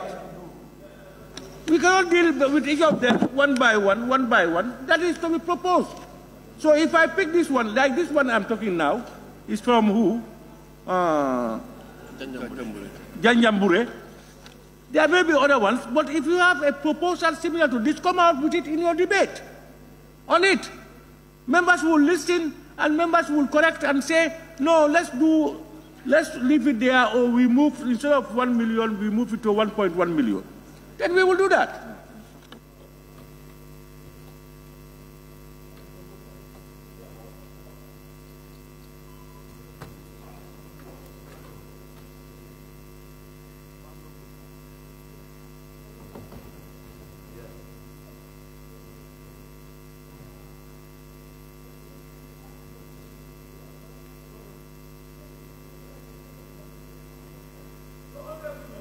Make proposal, be free to make your proposal, to come out and talk about it. If somebody is saying, for instance, I will read this one. This one is from Janjambure constituency. It affects code 2216102. 2216102, stationary. He said he wants it reduced, he's proposing that it be reduced from 1.2 million to 1 million. From 1.2 to 1 million. Now, if for instance somebody is saying, no, it should be 1.1 million, for instance, when we are debating, you have a chance, come out with it. Members will listen to it. And members will say, no, we agree, we don't agree that it should be reduced from 1.2 to 1 million, but we will rather have it 1.2 to 1 million, and we put it to a vote. Please. Yes. No, we are now dealing... This is exactly what the honorable member for Fonyi Councillor was doing, and you rejected it in totality. Yes, it's true. Very well. Honorable member for Janjambure, can you talked about stationery reduction from 1.2 to 1 million? Yes, thank you, Chair. My point of justification here is we are in a digital war. And I think as a government, we should find a way to minimize the use of papers and other types of stationaries in order to maintain our environment clean. So as such, I want to suggest that we reduce it from 1.2 to 1 million, wherein we can have some money to save. Thank you. Honorable members, any other proposal on that? Before I put it to vote. Honorable Speaker. Yes? Yes, Kia West. Who? Kia West? Yes. I want to suggest we remove 400,000 and leave it at 800,000. Your proposal now is, for instance, instead of 1.2 to 1 million, you say 1.2 to 800,000. Exactly. Janjambure, you know, we have to put one vote. Will you compromise with that, or you still maintain what you said? For me, I would maintain what I have said for some reasons, because the actuals used to be 1.3. I will draw. I go by Janjambure's proposal. Okay. So, yes, Honorable. Thank you, Chairman. What I just want to say is this. Today, these ministries, departments, and agencies do not have the opportunity to give detailed reasons as to why these figures are there. But honorable members, remember this. At FPAC, these people were put on the spot. And this 1.2, I agree with you, we are on a digital world. Are you together? But if you look at the actuals, up to October of 2023, it's at 1.6. The mere fact that from that actuals they are reducing 400,000 means there is a significant reduction. What I want to say is, if we want to go through the budget... Point of observation. Sorry. Item by... Can I observe, please, Honorable, if you don't mind? Instead of 1.6 on the actuals, it is 1.3, just for we to be in order. Look, I'm having figures. Look, I'm having figures here. I'm having figures here up to November. It is $1,615,512. Even if at all it was 1.3 as at October. As at October, that is 10 months, which means in average they are spending 130,000. You add 3 months, that is another how much? So what I'm trying to say is, if you want to go through this budget line by line, we'll be constraining the ministries, departments, and agencies. And at the end of the day, it will show no confidence in the committees we constituted in this parliament. Please, honorable members, let us consider the report of the committees. And then forge ahead. But we want to go line by line, we'll be here till next year. And these committees, we are the ones who empower them. Honorable, no, not a debate, not dialogue. What you need to know is, whatever a committee keeps, impliedly they have accepted to it. We've debated on it and we agreed. That's why there was no deduction. This is what we need to know. Honorable member. That's my honorable nominated member. I think you have made my job very simple. To be honest. You see, the FPAC, constituted by us, made informed decisions because they consulted with the stakeholders, with the relevant sectors. They had them. They defended it. And then they were convinced that this should be reduced or this one should not be reduced. It's not just that you look at the figure, you believe it's 1.2, let's just reduce it to 1.2, 1.1 this thing. There must be justifications and hearing from the relevant institutions. And I agree with him that some deductions may hamper may bring administrative bottlenecks in the various institutions. Whereas you reduce, for instance, 100,000, it may be more destructive than leaving it there. So I think if we definitely have trust in the people and mandated them, they went sleepless nights. They consulted with the relevant institutions under these things. I think Speaker, we should not just look at figures. Chair, to add to that, Chair. Yes. Chair. A quick one, Chair. Sorry, Honorable Chair. I will come to you. Yes. As the Honorable nominated member alluded, if you look at the approved for 2023, it's 1.2. Approved for 2023. Now this was revised to 2,100,000. I'm giving you the facts from the directorate, budget directorate, that guided. Now, if that 1.2 revised to 2,100,000. What honorable members is the budget approved for 2023. You know, you have 1.2 million there. Yes. That had been revised to 2.1 million. 1 million. Now, out of that 2.1 million, as he said, up to October, 1.6 was spent. Now, if they decide to maintain that 1.2, if we don't increase, I don't think we should reduce that one. They are committed to manage that. I think that is the impression. So we leave that as it was. Chair. Yeah, Chair, I thank you so much. I want to align myself with the other submission made by Nominated Member 𝒂𝒂𝒏. Honorable Speaker, these figures that are here that are not touched doesn't mean that they are not in agreement. It means that they're in agreement. And for us to appreciate the good job of our committees, these people are here till 10 p.m., 11 to midnight. Why don't you put the head one, also President, as recommended by FPAC, to vote and we proceed. This is 2 o'clock. It's 2 o'clock right now, 2 p.m. And we proceed. The reason why I told the chair that let's suspend the president. Chair, can I say this? Otherwise, it will take more time. Ngo, we are paid to sit here and work. Yes, thank you. Honorable Chair, I'm a bit confused here. I think FPAC, according to what Honorable Fofana has just said, they have done a very good job as far as this budget is concerned.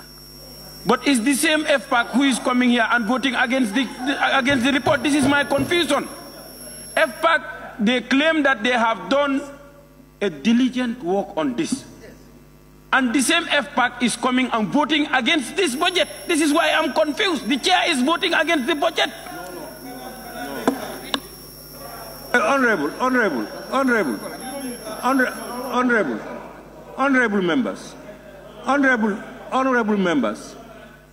members, we are looking at one of the most important documents, the lifeblood of this country. And we must make sure we do justice to our conscience and make sure we deal with it in the best interests of the people of this country. Let's put prejudice aside, but let's also deal with it reasonably. When you make the results, it must be informed. If not informed, it could be detrimental. So, from what I have heard, Honorable Member for Janjambure, that's your proposal. Are we convinced that we can leave it as it is? Because what I've heard is, as at October, I don't know, or November, the actuals were 1.6 million. Exactly. As at October, 1.6 million.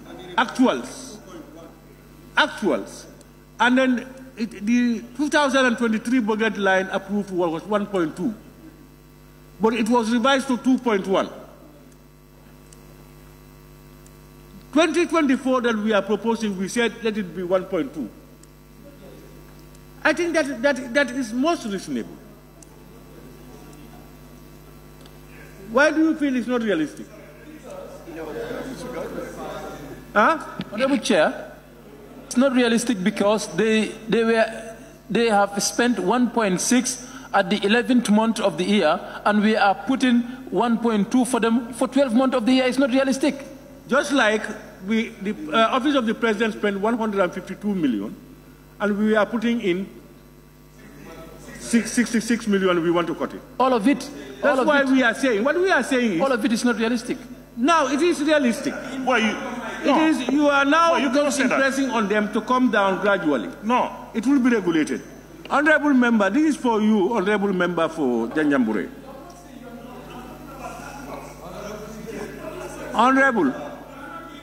Honorable members, please, don't dialogue. Honorable Chair. Honorable Chair. Honorable Chair. It's not fair. Let this man stop attacking us. Honorable, please. No. Please. Baba attacking you. Please. I'm dealing with actuals. Honorable members, Kiang and Lower Fuladu, please. Janjambure. Honorable Chair, address our situation, because anytime I'm speaking, this man will against me, and that's not okay. I was speaking to you, and he was not giving the floor, and he's attacking me. I said, I'm talking about the budget book. This is what I tend to avoid. As I'm speaking, you are interjecting me. That in itself is wrong. Honorable members, let's be patient.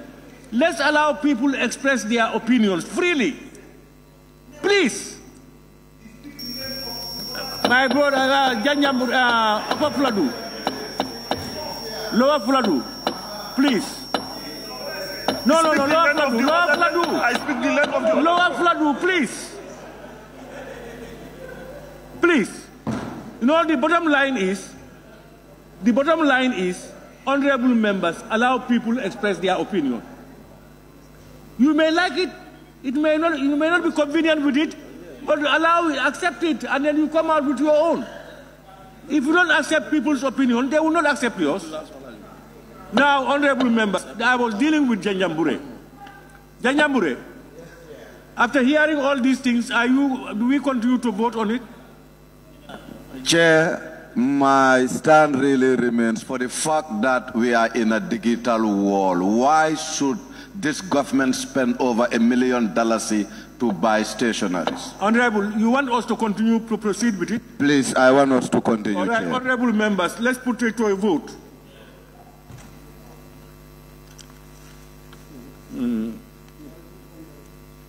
Code 2216102 stationery, it be reduced from 1.2 million to 1 million.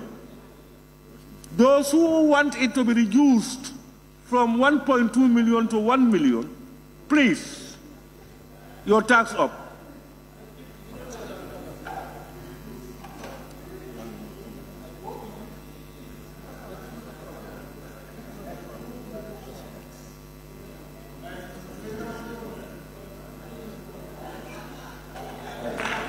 Those who want it to remain at 1.2 million, please your tax up. Yeah.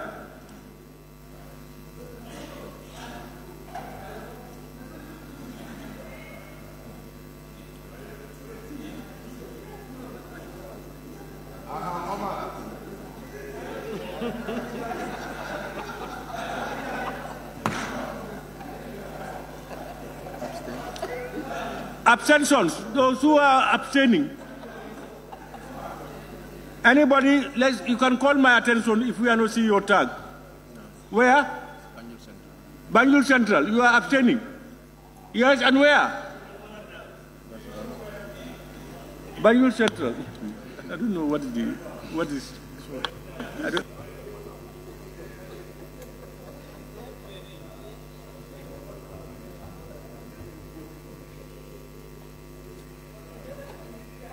Members, the results.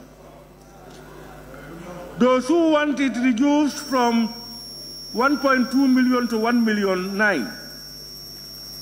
Those who want it to remain at 1.2 million, 20. Abstention 1. So it will remain at 1.2 million. The last proposal on the OP is from the honorable member for Bakau. Is on code 2212101. 2212101 telecommunication expenses. Yeah, on the admin. General admin. Yes. He is suggesting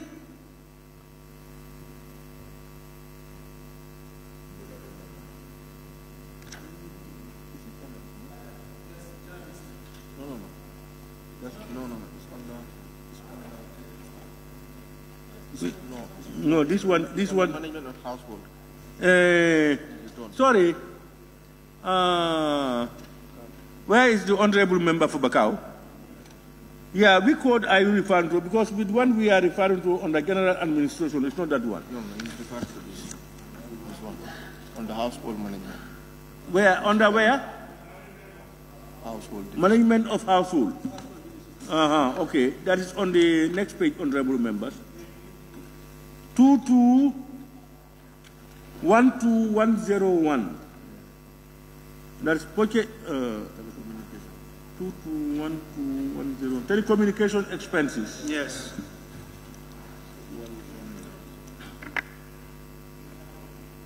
He's saying that it will reduce from 1 million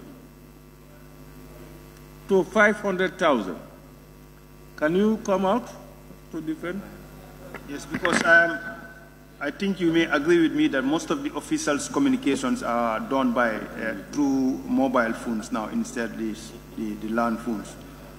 So allocating them with 1 million, it's in the high side.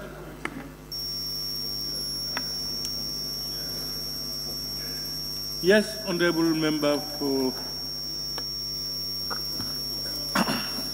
Yes, when you look at this line, telecommunication expenses, it's more than actually just telephone line. Internet services actually is included on this line. So if you just think about telephone cost only, you may not get the full picture.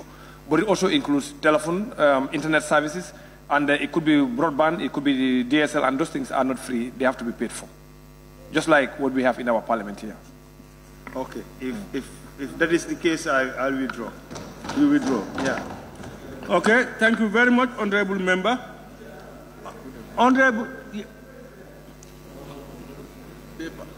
Huh? I have not seen it. Clerk, Woolley said he gave you something. I handed over all this. I didn't see any. All the papers. I just gave it to her. I won't send that one. Woolley is it on OP? Woolley is it on OP? Well, we are... Yeah, but your name is not here. Yeah, but you didn't read. Yeah, you never said, you never mentioned your word or your consequence. So we thought it's dropped from the sky and it came down. It's Woolley.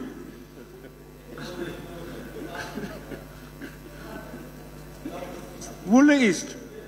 Your proposal is on 2216106. Am I right? 2216. Official, yeah. It's page 59. It's on page 59. Official handed is this one. Yeah. 221 on the cabinet office. On the cabinet office, am I right? Yes. Honorable member, cabinet on the cabinet office. Office. Yes. Okay. The first one. Management of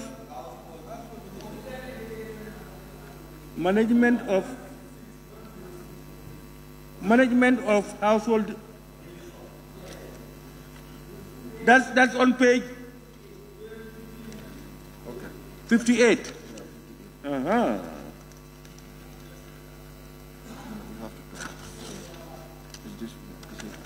Okay. Where? Is it official entertainment and hotel accommodation?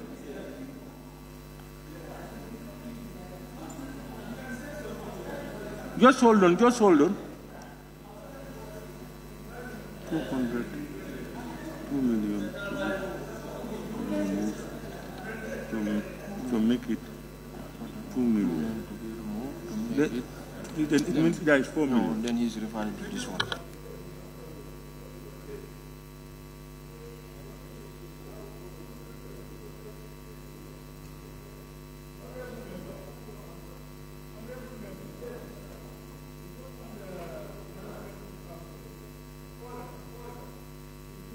It will be under centralized services.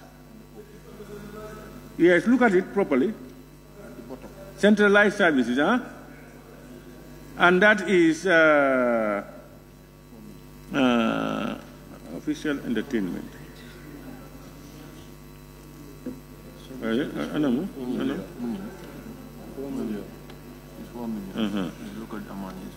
Because there you have, that's where you have 4 million. And you want it reduced from 4 to 2 million. Am I right? That is on the centralized services. Hotel accommodation, official entertainment and hotel accommodation. Honorable members, have you seen it? Yes. On page 980, page 58. Second to the last line. Yes, I'm coming. Have you seen it? Yeah, so that's the proposal from Honorable Member for Woolley East. Yes, Sanimentary. He said we reduce it from 4 million. Yes, on the centralized services. The code is 2216106, official entertainment and hotel accommodation. Have you seen it? Second to last line on page 58. Yes, Honorable Member for Salimentary. No, I just want to confirm because we have. Just hold on. He said to be reduced from 4 million to 2 million. Yes, Salimentary.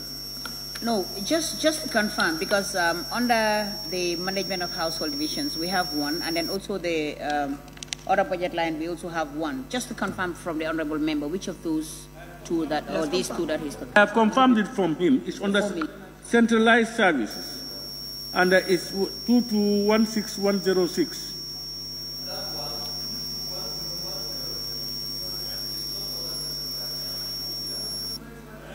It's under centralized services. The codes are the same. Yeah, but you look at centralized service, honorable members. What you do is look at the heading, centralized services, and then under it you will see this figure, this code. Yes, that's it. I said page 58, second to last line, down.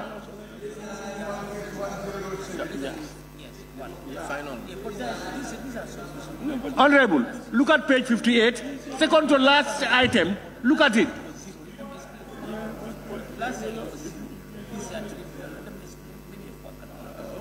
What is it?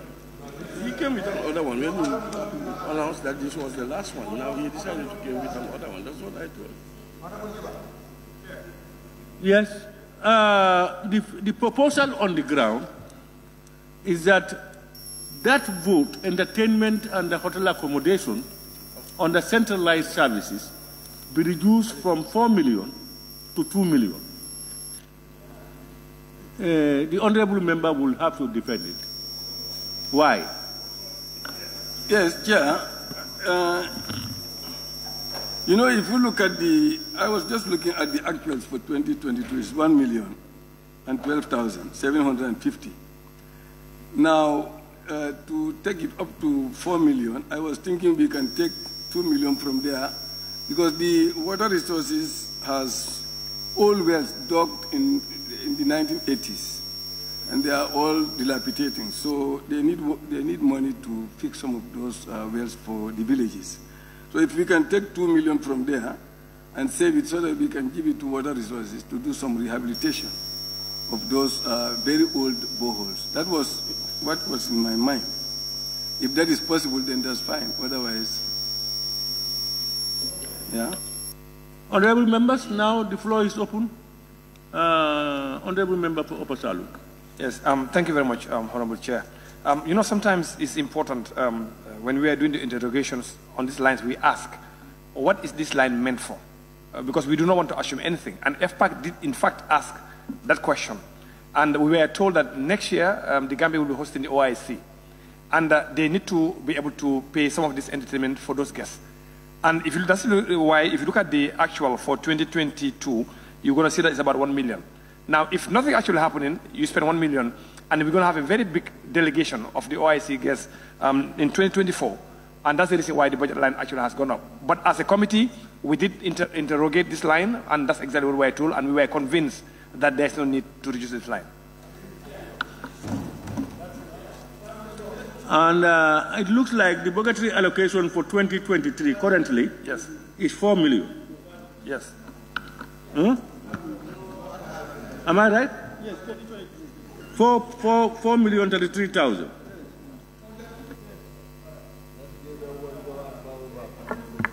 Chair, Central Badibu. Yes, the justification advanced by Deputy Chair of the committee, I'm not least convinced, because you know, if you look at Ministry of Foreign Affairs, they also have this budget line that they are going to host OIC. Do you understand? So we need to be clear. You cannot use OIC entertainment, you know, as a reason why, you know, the figure has been catapulted to this level. So which is weak now? No, but the current figure, the current approved figure is 4 million. The current one. Yeah, but what we are saying, we need to reduce it. Yes, that's what I'm just reminding you that the catapult is not. No, what I mean catapult is, catapult to this figure, what is the justification for us to have this high figure in this? Last year, what was it? Last year it was 4 million. This year it was 4 million.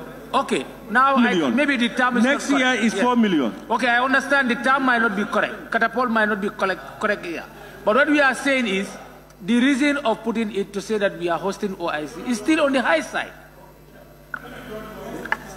Member for control. Thank you very much. I think the member is misinterpreting two things. The foreign affairs budget, 318 million, that's the operational cost of the OIC. The budget line we are considering here is the official entertainment of heads of states coming for the OIC. You have guests, international guests. You have to also host dinner for them. What are we saying? So basically, I don't think, please, the issue of foreign affairs is not a very strong agreement. That's a different budget line. So I want to align myself with Vice Chair of FPAC that they have actually interrogated this budget item and they've been told that this is for the official entertainment of guests. You have very important guests coming for the OIC. Thank you.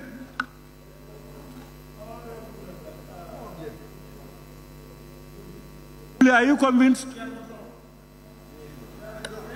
You have withdrawn? Well, based on what the deputy said, if that is the case, but OIC last year 4 million, this year 4 million, all right. We can leave it there. No, sometimes that's why I like you, magnanimous. You know, it's difficult for people to withdraw from what they say, but you can do it. And that's what we call magnanimity. All right, thank you very much. Who is this one? No, but we talked about. You said the other one was final. Honorable member for Central Badibu. Yes, you know, I give you a lot of privilege, actually. We agreed that we have finished it up. We are going. And you brought in another one, I don't know, management of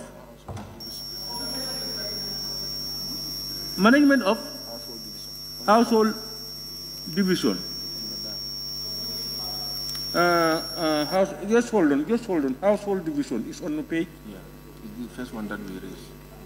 The 3 million. Okay. Household division on page 58 still, 2216106. To what is this one? We reduce it from 3. What is this? 3 million. To be reduced to 1.5 from 3 million. Yeah, if you look at household division, if you look at it, 2216106, official entertainment and hotel accommodation is 3 million, which is budgeted for 2024. Have you seen it? And now he is proposing, though there is no budget item for 2023, we only had actuals for 2022, which is about 6.9, about 7 million.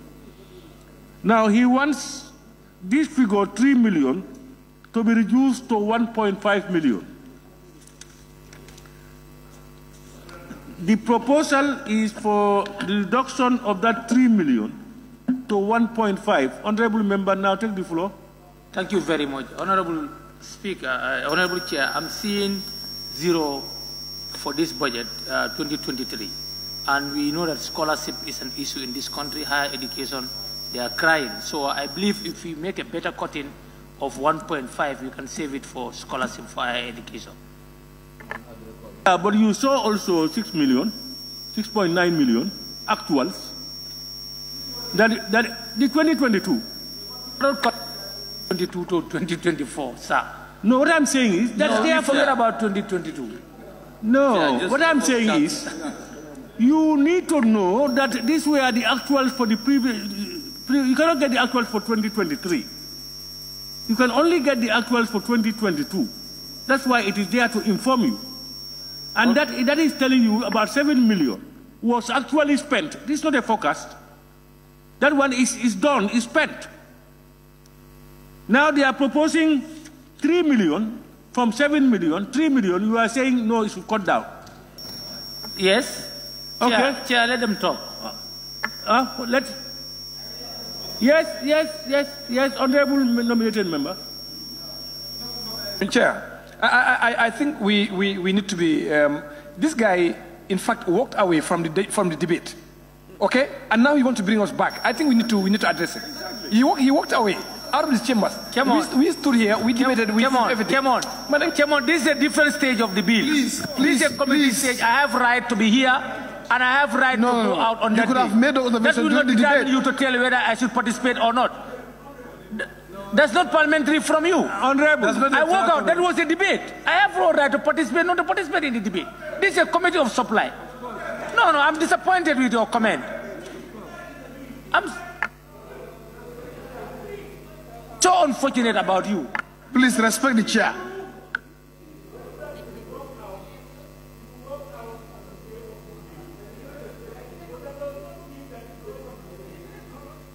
No, it does not mean he cannot participate. Honorable, please. He should withdraw that. Please. It does not mean he cannot participate. If honorable members feel he has moved out and therefore he is wasting your time, that should be shown in your reactions to it. But he cannot prevent him from participating. You can say, yeah? Yes.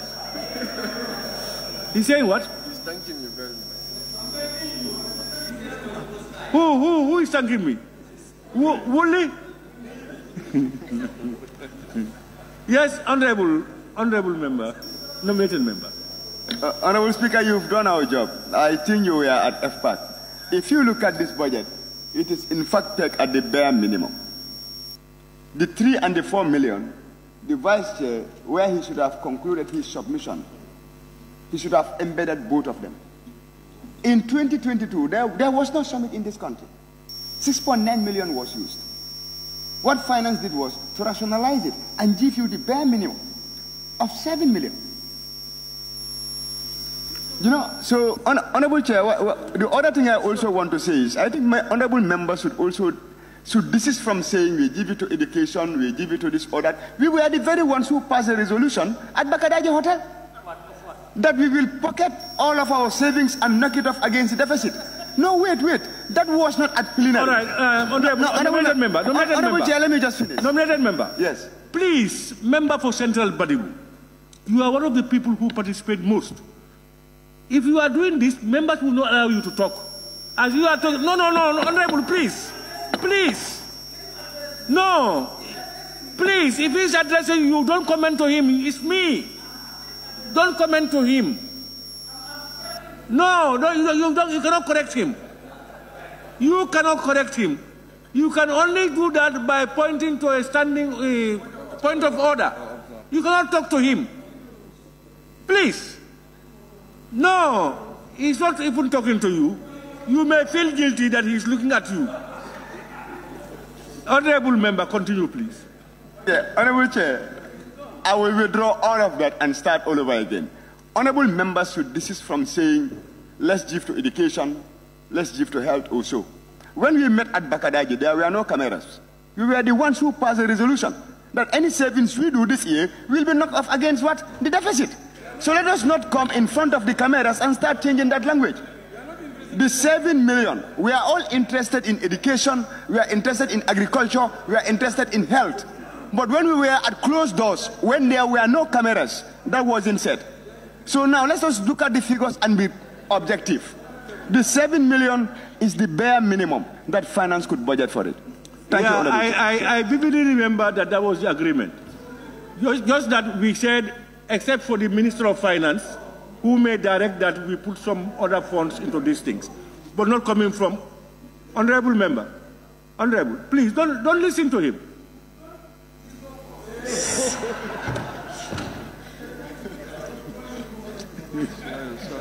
Honorable nominated member, I think you are right. We agreed that even if we deduct, we're going to save it and knock it against the deficit. The only person authorized to look at it and try to put it somewhere else sometime is the Minister of Finance. But we cannot do it. That's what we agreed. That was the resolution we moved. Can you remember it?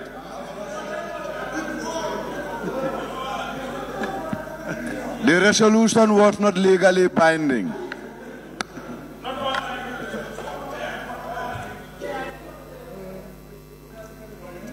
Hey, you see, I don't know what language you people speak. Not all agree to a resolution. What language is that? Cyril. I think that's language from probably Fonyi. Speaker. Sometimes, yes? Chair, the person that proposed is out. We are busy debating this proposal. Can we make a headway? Please.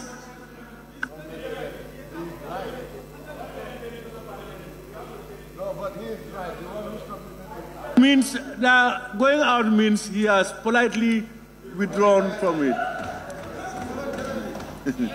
All right? Yes, Honorable. Chair, on the same issue? Yes, no, not on the same issue, but this is a piece of advice for all members. Honorable Chair, I think, yes, we can create jokes sometimes. It's very, very important that we do play, we do joke and all of this. But it's a very important document that we are dealing about. And I think a lot of jokes is attached to this document. So on a serious note, we need to be serious and work on this so that we can finish on time. Thank you. Parliamentary procedures allow teasing each other, knocking off, just to discourage you and then put your this thing down to distract you. Yeah, especially when we are at this committee rules. Honorable members, I think now we have concluded our observations on the OP. So I will put the question, yes, as amended. It is proposed that head 01, recurrent office of the president, stand part of the estimates as amended. Those in favor, please say aye. Not in favor, please say no. The ayes have it. Now we are going to head 02. Honorable members, you will see it from page 65. Page 65 to 68. Head 02, National Assembly.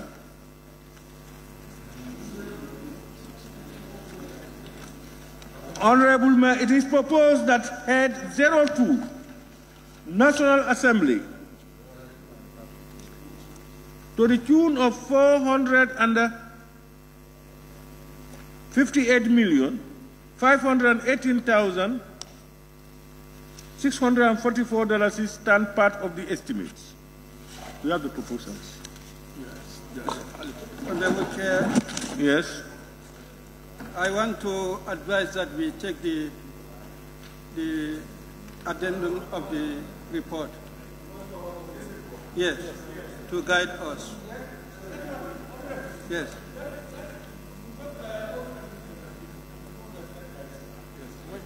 Okay. Yeah.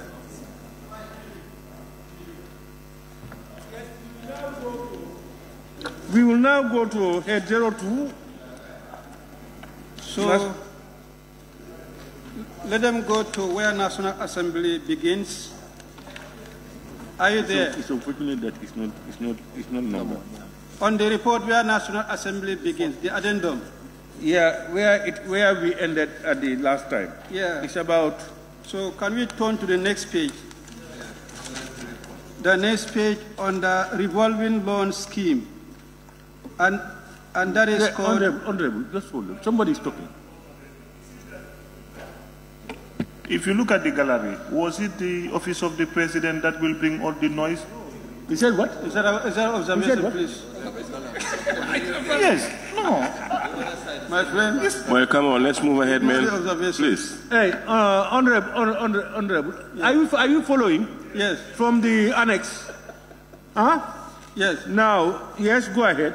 I said revolving loan scheme, the code number 2111280. The initial amount is 60 million, and 5 million is added. The new amount is 65 million.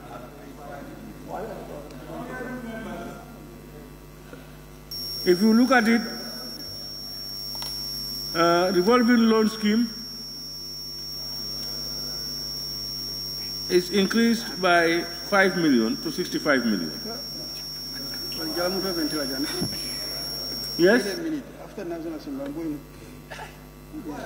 Yes. And the next budget line. Can we get better explanation on that? Why? No, this one is approved. This is adopted. There's no debate in that. No. Honorable members, please. Can we proceed? The next budget line is miscellaneous office expenses. Honorable members, please. Miscellaneous office expenses. The code is 2216103. The initial amount is 1,500,000, and we reduce 300,000. The new amount is 1,200,000. Have you seen it? Miscellaneous 2216103. Miscellaneous office expenses is reduced by 300,000 from 1.5 to 1.2. Go ahead. The next budget line is official entertainment and hotel accommodation 2216106. The amount is 2 million, reduced by 500,000 to 1,500,000. Honorable members? Okay. Okay then. Well, so far, these are the budget lines. No. That is under development budget. That's under development budget. What is that?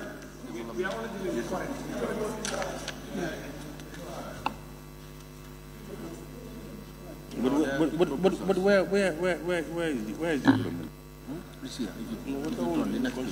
when we get there, we are not yet there. That's the 20 million.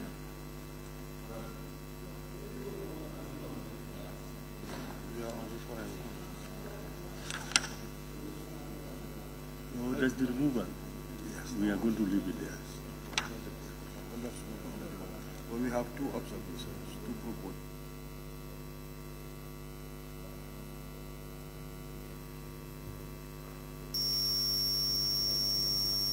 No, they are proposals.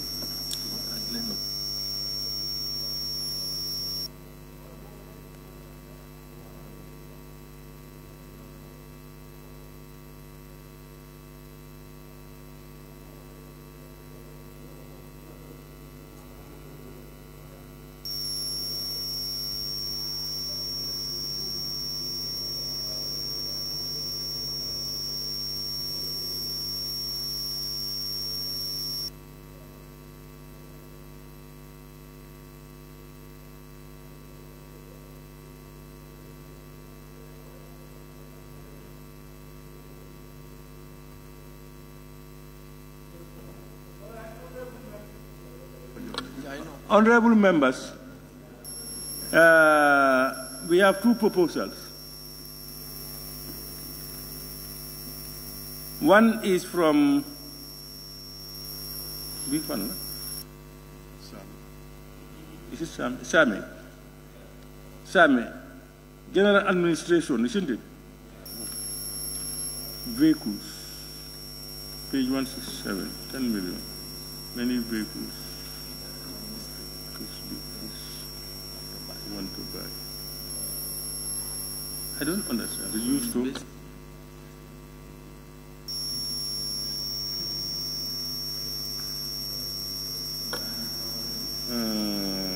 311.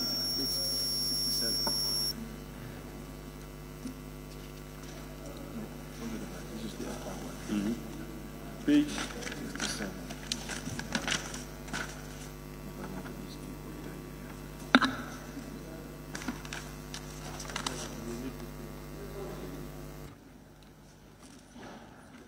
Yeah, if you look at page 67, honorable members, page 67, code 3112101. Honorable members, are you following? Vehicles, you have seen it. Page 67 rather, You look at midline, just above logistic legislation and ratification, above it, you will see 2112104 vehicles. Have you seen it? You have seen it? Honorable members, page 67.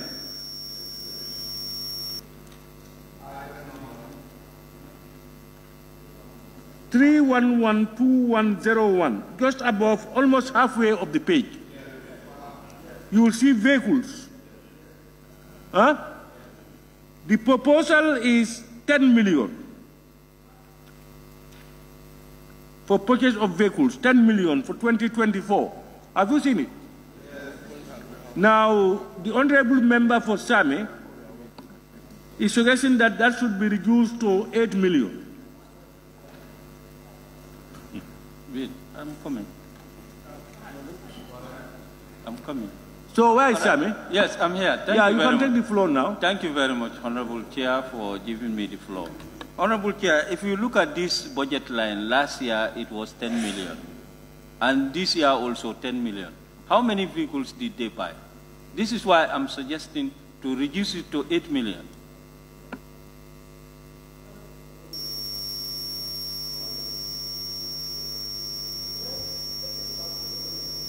Yes? Yes, I guess the 10 million for last year budget, it was for how to call it, these mini buses. You understand? Non so hana.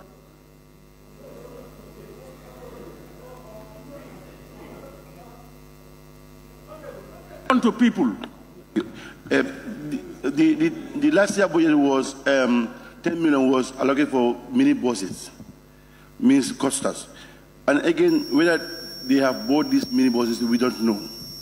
And the response that we should get from them, and why this 10 million again? Vehicle for who? And what? Because already they defend that the 10 million is for mini buses. For now, why this 10 million 500 again? And those buses, still now they are on procurement. Member for Fonyi Councillor. Yeah, thank you, Chair. I want FPAG as the lead to assist us in this, the repetition of 10,000, so 10 million. We want to hear from them. Why is it still there? FPAG, if they can assist us. Justification. We want it to be justified. Yes, Vice Chair. Yes, thank you, Chair. Yes, you are right. We did budget for 10 million for this year to buy two mini buses this year. The tender was done and it was open, and the two is going to cost about 15 million. So we mean 16 million. So which means there's a shortage. Okay. What we budget for to buy is no. What can? You budget last year for this year. The budget that was approved here was meant for this year. So let's forget about it. It's meant for this year. They have done the procurement, but we have confirmation from the clerk that the two buses would cost 16 million. The two mini buses would 16 would cost 16 million. But what we budget for was 10 million. So which means there's a shortage.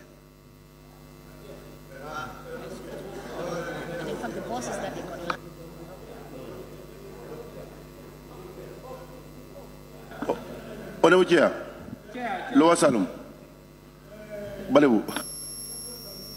Chair, if that is the case, I think what they are shortfall for, that's what should be indicated in the budget. But he cannot just say that, 10 million last year was allocated and it's supposed to be 16 million. This year again, 10 million. So from your explanation, it means you got a shortfall of 6 million, not 10 million. So why are you putting 10 million in the budget? Who put 10 million? Why should you respond? No, but I'm just telling you what we know. So it's up to you now. This line is up to you now to change or not to change. What we have done with FPAC, we have done. So this line is also open for you people.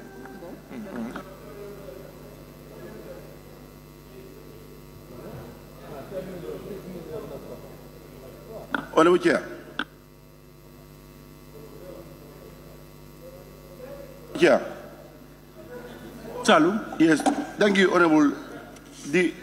Because they have given this in 2023 budget that they want 10 million. That 10 million can buy 2 Costas. You understand? And we are top of things. Already procurement has gone on. In fact, this 10 million, there's a balanced budget.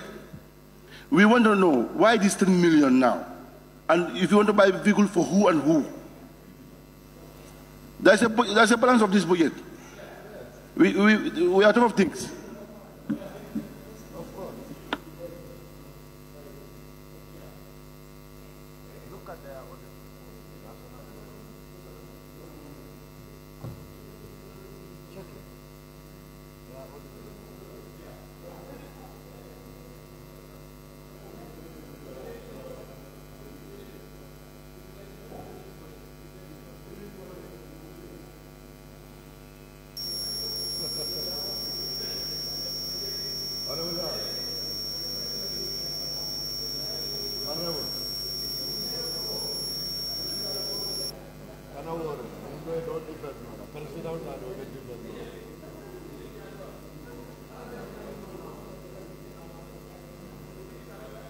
The discussion is taking long.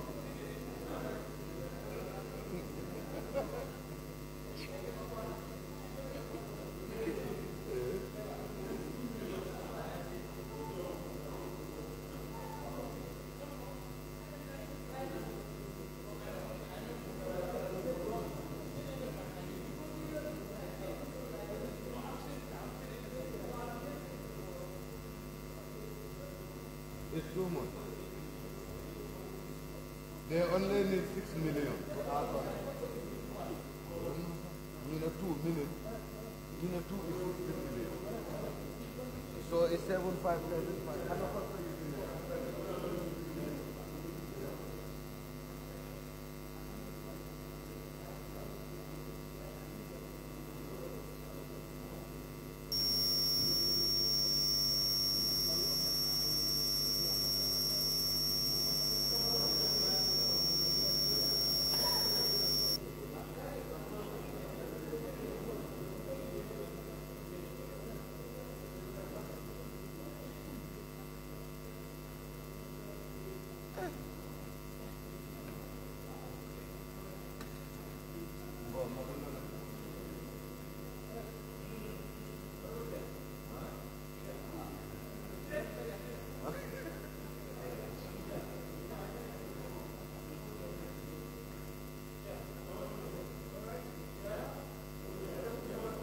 Honorable Chair, if you check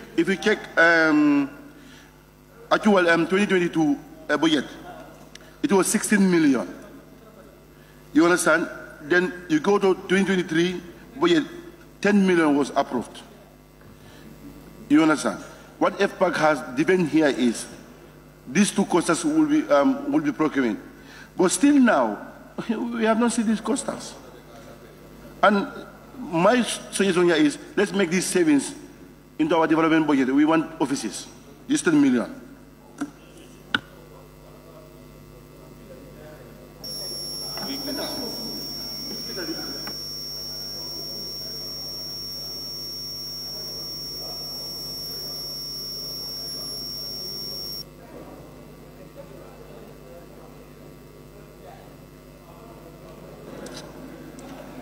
Mr. Honorable Mbo, please.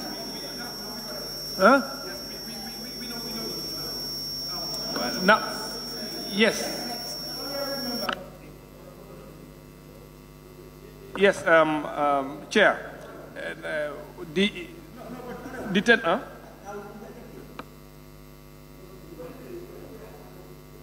In the FPAC meeting, we tried to be very, very professional. We acted with highest degree of integrity when the National Assembly appeared. That's why I didn't want Honorable Mbo to answer, because that day we met him and Honorable Alaji 𝒔 to recuse themselves because they are part of the authority. So the initial response didn't even come from you. No. We were the ones who asked the question and we received the answers. So they shouldn't give the response. So he is right. No, wait. Why? He is right to say, no, allow me. He is right to say that there is a balance of 4 million. Honorable Mbo cannot give you the answer because he didn't preside. He didn't take any notes. We, the members who did that meeting, knew that that particular 4 million was budgeted for a saloon car because the National Assembly normally gets their saloon cars from what the Ministry of Finance. So there is no balance. That's why from the onset I was raising my tag because I chaired that meeting. And all these line items were what? Asked one by one. They had a shortfall of 6 million and they are budgeting for a salon car for 4 million. So that gives it to 10 million. So this is it. The 6 million is for the VIP. This is the justification. And the 4, okay, it's various. The 4 is for what? VIP. Honorable members. Protocol for pickups. Honorable members. Okay. Honorable members. If I understand you well, the 10 million allocated for 2023 meant for 2 buses does not meet the cost of 2 buses. 2 buses will cost 16 million. So there is a deficit of 6 million. So to cover that up, they brought in a 10 million for 2024. And that 2024, you remove the 6 million, the balance of 4 million is to get a saloon car. Am I right, Honorable? All right. Yes, any...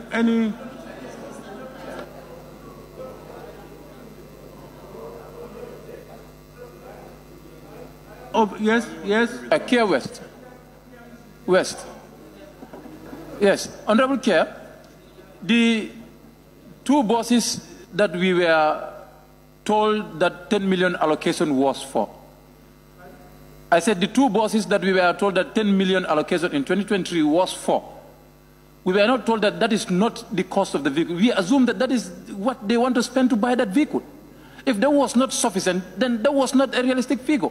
Because we cannot say we will put 10 million and leave the 10 million to sit down there and this year we budget amount to have a sufficient amount. Let them buy the buses that 10 million can cost. That can cost 10 million. 2 buses that can cost 10 million. I think that would be fine for us. Honorable member, we need specifications for our buses at the National Assembly. It cannot be any bus. We have our colleagues going. Honorable members are going out. But we were not told that during the session. Honorable, when we are talking, you listen. When you are talking with all what we said, we listen. Be patient to listen, please. So what I'm saying is, yes, you are right, but you know, market prices fluctuate. You remember that? If you are budgeting now for something, it can be 100 today, tomorrow you go there, it's 120 or 150. But what is important is, do we need the buses as an institution? I think we need it. And we are not in control of the price. But we have what we want. And what we want will cost 16 million. For the 2, there is a deficit. We need a saloon car. Even assembly members, I know what do you call it? Pickups. We are sort of pickups. Pickups. Listen.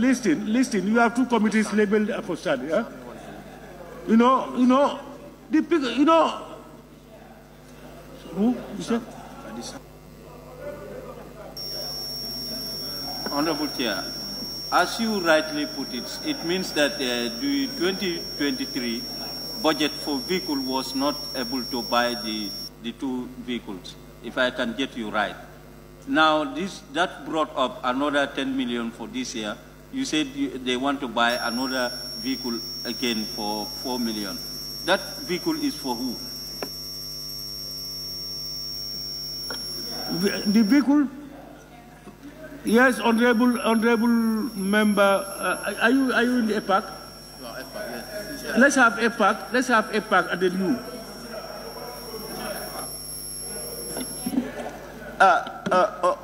Honorable Chair, at committee level, I started. Chair, okay. What I'm trying to explain is, like,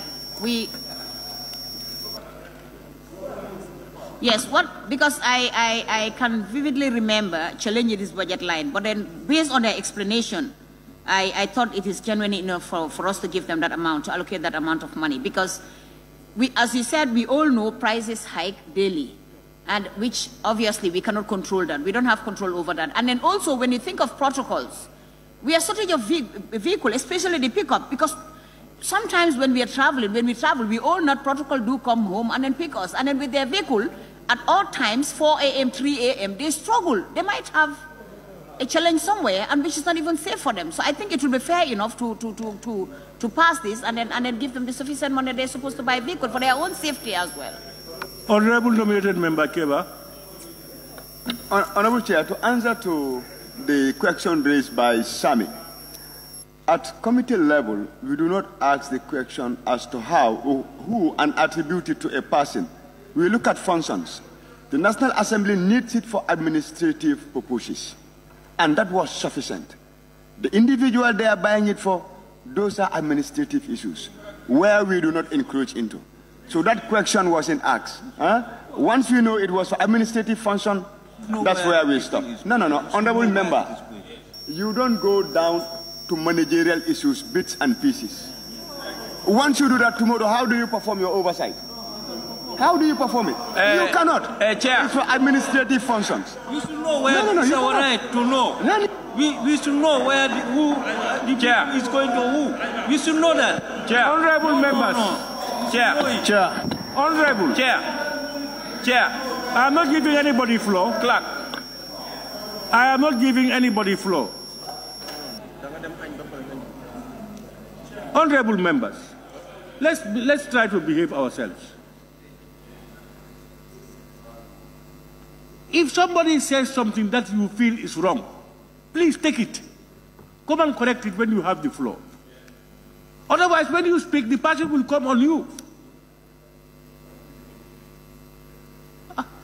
You want to feel that whatever you say is correct? No. Honorable. I'm appealing. We've entered into contract and there is 6 million in arrears. The 10 million, of course, they have the reserve right to declare their doubts. And that is why the committee have done that. That the 6 million earmarked is to offset the arrears. And the remaining 4 million is also earmarked to have a vehicle. And you remember, when we have parliamentary guests that come to visit our parliament, we always rely on Ministry of Foreign Affairs to get salon cars to go and do this pickup. So now, as an autonomous and independent institution, we should be interested in building our parliament by providing such facility. So please, I want to appeal that that budget line should stay. Thank you. Member for 𝒂𝒏, are you satisfied? Just want to the nominated member what he said. No, I'm not attacking you. He said member. He said member for 𝒂𝒏. I also have to quote Honorable, address all your remarks to me. Yeah, but he said member for 𝒂𝒏. I also said nominated member. I'm correct to say that. Yes. Okay. Honorable Chair, now I'm convinced by saying that the salon car this is the purpose. But what he is trying to say, administrative, we should know that vehicle is for who. We should know that. We should know it. Yeah, thank you.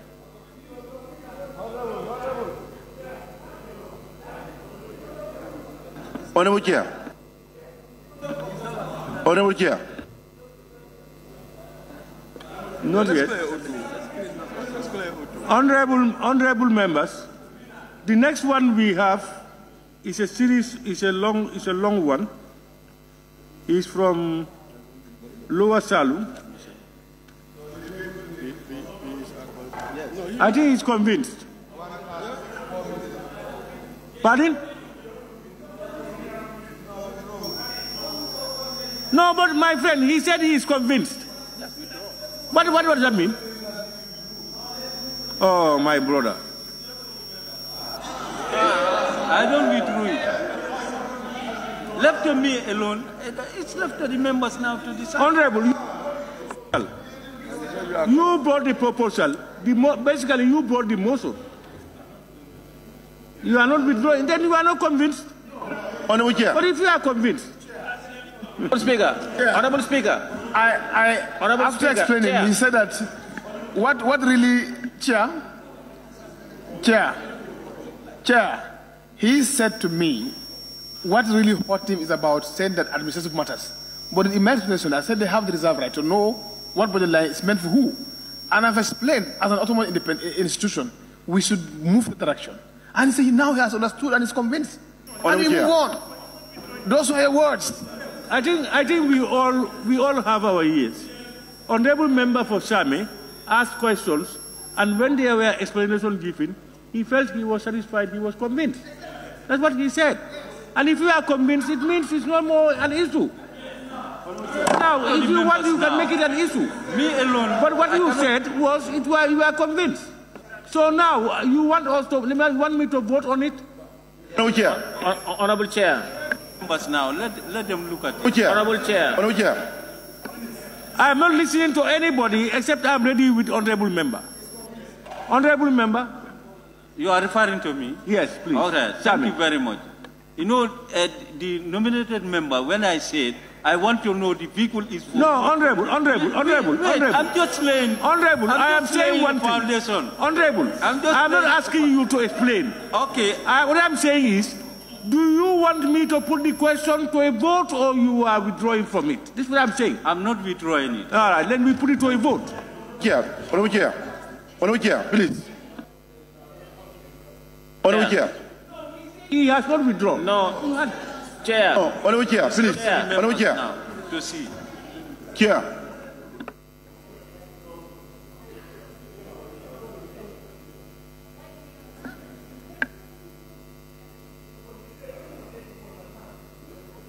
To understand and to withdraw are two different languages. It's left to the members now. Huh? I'm not going to withdraw it. Members want clarity on it, so that they can ask more. Please. There are still people on the floor who want clarity. Honorable members, what we know is that we need 2 buses.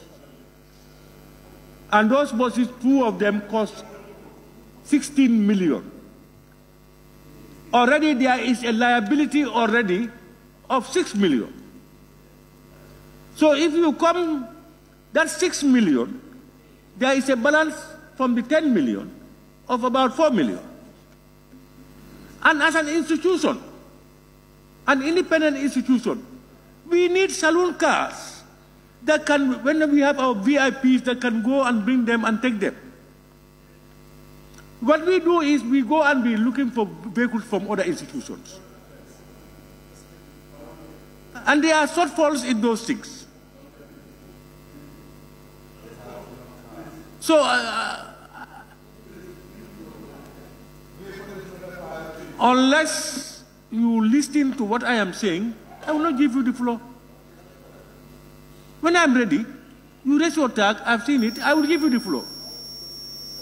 But as I'm talking, you are interrupting.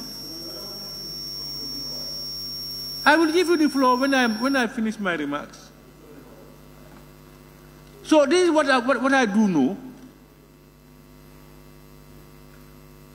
And what honorable member, nominated member said,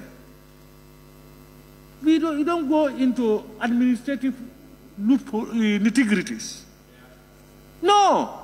There is an administration. There is a board.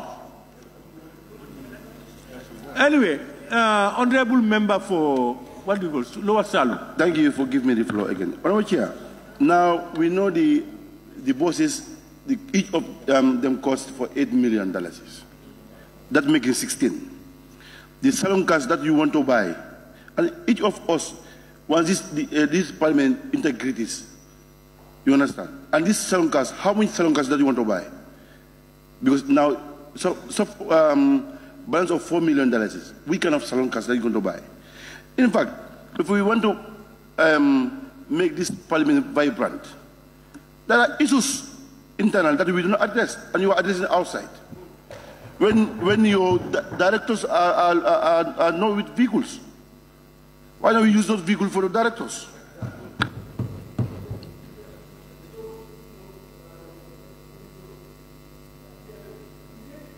Honorable, you are going into administration. What I'm saying is, Parliament, what parliaments do anywhere, you don't go into those nitty-gritties. Don't allow people to come and tell you this and that you go and it will create confusion. Everybody has a right to be lobbied and to do anything. Two, it's not a right for them to have vehicles. It's not a right. It will be based on need. And I told you last time here, when parliamentarians want to interfere in administration directly, it creates bottlenecks. It creates bad blood. Because you may not know how much. Somebody comes to you and lobbies you. This is what is happening, this and that and that and that. Before doing anything, go and meet the administrators. Don't go, no, let me please.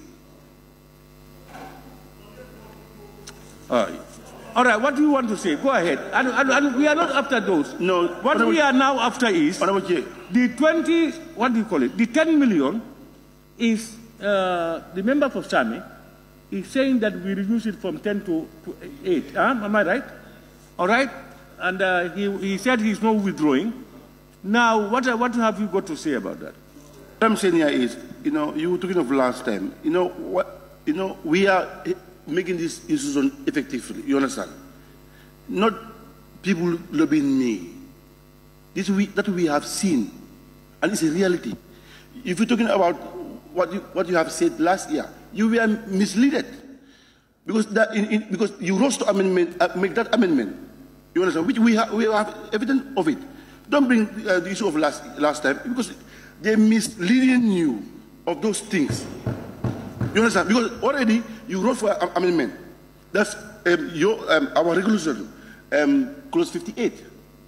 The present one, I can refer to 56. We have those evidence.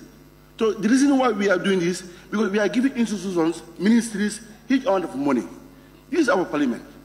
If this parliament has gone vibrant, they will say this speaker time and so and so and so. The legacy will go back to you now. You understand? All right, Honorable. What I'm saying here is... No, Honorable. Let me learn. So, Honorable, don't argue with me. Let me learn. Honorable, when I interject, please. You see, I listened, but I don't want us to go into history. We're talking about specific issue on the budget. I mentioned this because of the various comments. What I am saying is the proposal on the floor. And every member here, we want to see the best for our assembly service. We want the best. And the assembly service, I'm sure they know that. We want the best within the limits of our abilities to do it. But what I am trying to say here is, you see, in administration, if NABs want to interfere, it will create bottlenecks and problems. Instead of solving problems, if you have something that is doubting you, go to the office of the clerk or to anybody. You will get your information. It's not to come after getting those information, come to the floor to put parliamentary administration on the floor of parliament. There's nowhere to be done. So please, I want us to deal with this particular issue. Let's clear this one. The proposal on the floor is the reduction of this thing from 10 to 8 million. I asked the Honorable Member for SAMI whether he has withdrawn, but he seems not to have withdrawn it. Yes? Woolley is? Very much for giving me the floor. Chair, what I heard is that the objective of 10 million for 2023 was meant to buy 2 minibuses. But, it could not buy 2 minibuses, and it is sought by 6 million. So I would have thought that for this year, since the objective is the minibuses, we should know the cost of the minibuses and add what is to be added to the 6 million to give us the second minibus. And if we still have interest in buying those small vehicles, and we know the prices of that, we can add that to that. But the way we are talking about, it's like you are budgeting for the minibuses, but at the same time, you are budgeting for another distance. So I was thinking that if we add 4, if we put 4, then we'll get the second one. Since that is the objective of the distance, to make oversight better. If we put forward, since you already saved 4 million last year, you got 1 bus. So this year, if you put 6 in addition to the 4, you should be able to get the second one. And that is the objective of the line. The objective of the line is for vehicles for National Assembly. And that the intention then last year was to buy two buses. Yes. Those buses, we could not buy it. And you could not because buy it? The money was not enough. But we also intended that this year, we can buy at least 1-2 saloon cars. Now, when these estimates were done, they took note of the fact that we were going to pay the balance for the bus, which the 2 buses will cost 16 million. And then there will be this balance of 4 million. What we do with the 4 million is a saloon car, at least one.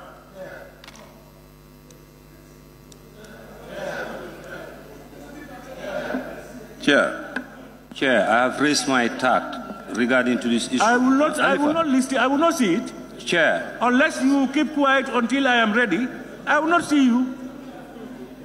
Chair. So that's my understanding, Honorable Member for Woolly. My understanding is that this is why it is up to. I'm fine. If you are going to add 2 saloon cars and get the buses, that's fine. Yeah, that's what I understand from you. Yeah, that's okay. All right. Serekunda? Yes, thank you very much. I think the process here is being confused. I would recommend that if anyone has an objection and give it to you, you read it, and then FPAC can justify why they come to this decision, and then after you can put the question to members to vote, because you can see the polemics it is bringing here. It's consuming too much of our time, given the volume of the document that we are dealing with. Thank you very much. Yeah, Honorable Member, I think that's why you are sitting in front. You will explain. You heard the Honorable Nominated Member what he said. You were taken to, you spent your time on all these things and looked at it and looked at it and looked at it, and still it's being challenged. And then we give you we tell you to say, but you say they will say it differently. And we insisted that you people, as you did your job, when you were doing your job, you were better informed because you consulted with the people. They talked to you. You asked them questions. They answered, and you were satisfied. But for us, we are not privileged to those information yet. So if we just come and say we reduce this from this to that, it's not informed. It's not informed. This, no, please. I agree. For me, you can reduce it, but we should not do it because we are members. We should do things from informed positions that would add value to what we are doing. Yes, on the yes, yeah. That's why I say in my submission. No, I agree with you. That we, the FPAC committee, can advance our reasons and justifications as to how we come to this decision. I agreed with you. Because I can see you are struggling to keep the house in order. The more you open the floor, the more confused we become. But even after you give your opinions, the members will raise and they will talk. That's exactly my position here, because we will end up in voting, and it's the voting that determines what stands. So I am proposing, before wasting the time of the assembly, you put it to a vote after hearing the two sides. Oh, okay. Chair, you are now proposing Chair, before voting, Chair. That instead of this long Chair, debate, we need clarity before voting, Chair, please. All right? Chair. Please. Instead of the long debate here and there. But Chair, before voting, I need clarity, please. When we, I need clarity before voting, please. Sam, huh? No, I'm talking. He has to wait. I am talking. Yeah, just put up your tag. So what he's saying, member for Serekunda, which I tend to agree with, we go up and down, left and right, continuously, and at the end we end up voting. So it means people are they hold on to what they have said. So sometimes it may even not be necessary. So I think it's better sometimes we vote. So no, I'm not talking about that, Honorable. I am talking about the position of members. I want to buy the idea. I will put it to a vote. We are not good. Honorable, please. I am not saying that I'm putting something to a vote. I am saying henceforth I'm going to put things to a vote. This is what I'm saying. Honorable member for Sami. For giving me the floor. I just want to hear from members' views towards it. But now I withdraw it. And somebody, you can see it, honorable members. Somebody is saying, Sami, can I withdraw? Yeah, that was myself. No, that is not parliamentary. It means you have something held in you. That is not work here. Please. All right. Now we move. Honorable, I said the other one we have is from the honorable member for Lower Salu. You know, emoluments, you cannot touch emoluments. PEs. You talk about budget line for acting allowance. Well, budget line should be take off.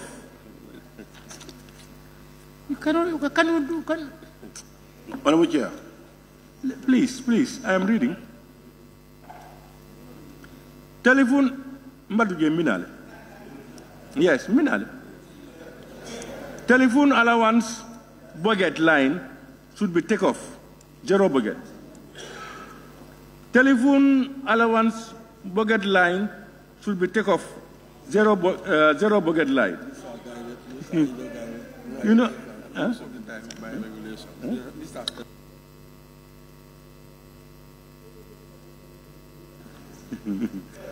Robbing allowance budget line should be take off. Purchase of fuel and lubricants 3 million minus 500, 2.5 million. Maintenance of buildings and facilities 2.5 million minus $500,000 to 2 million. That's the member from Lower Salon.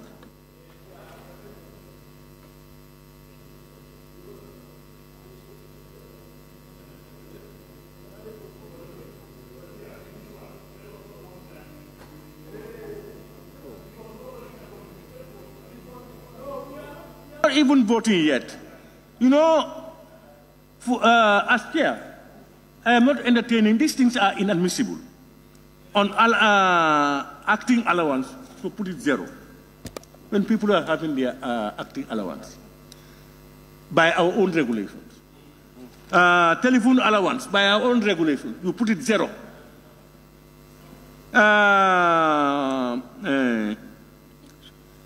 Telephone allowance, a robbing allowance, this has been on, not for Bakari, this has been on until even during our time. You come and say zero. You cannot deny people that right. This has. So those four are not admissible. What may be admissible is purchase of fuel and lubricants, a proposed reduction from 3 to 2.5. Members will decide. And then the other one is maintenance of buildings and facilities from 2.5 to 2 million. But members, we must remember we have a very big structure. We have a very big structure that millions have gone into. To maintain it, to let it dilapidate,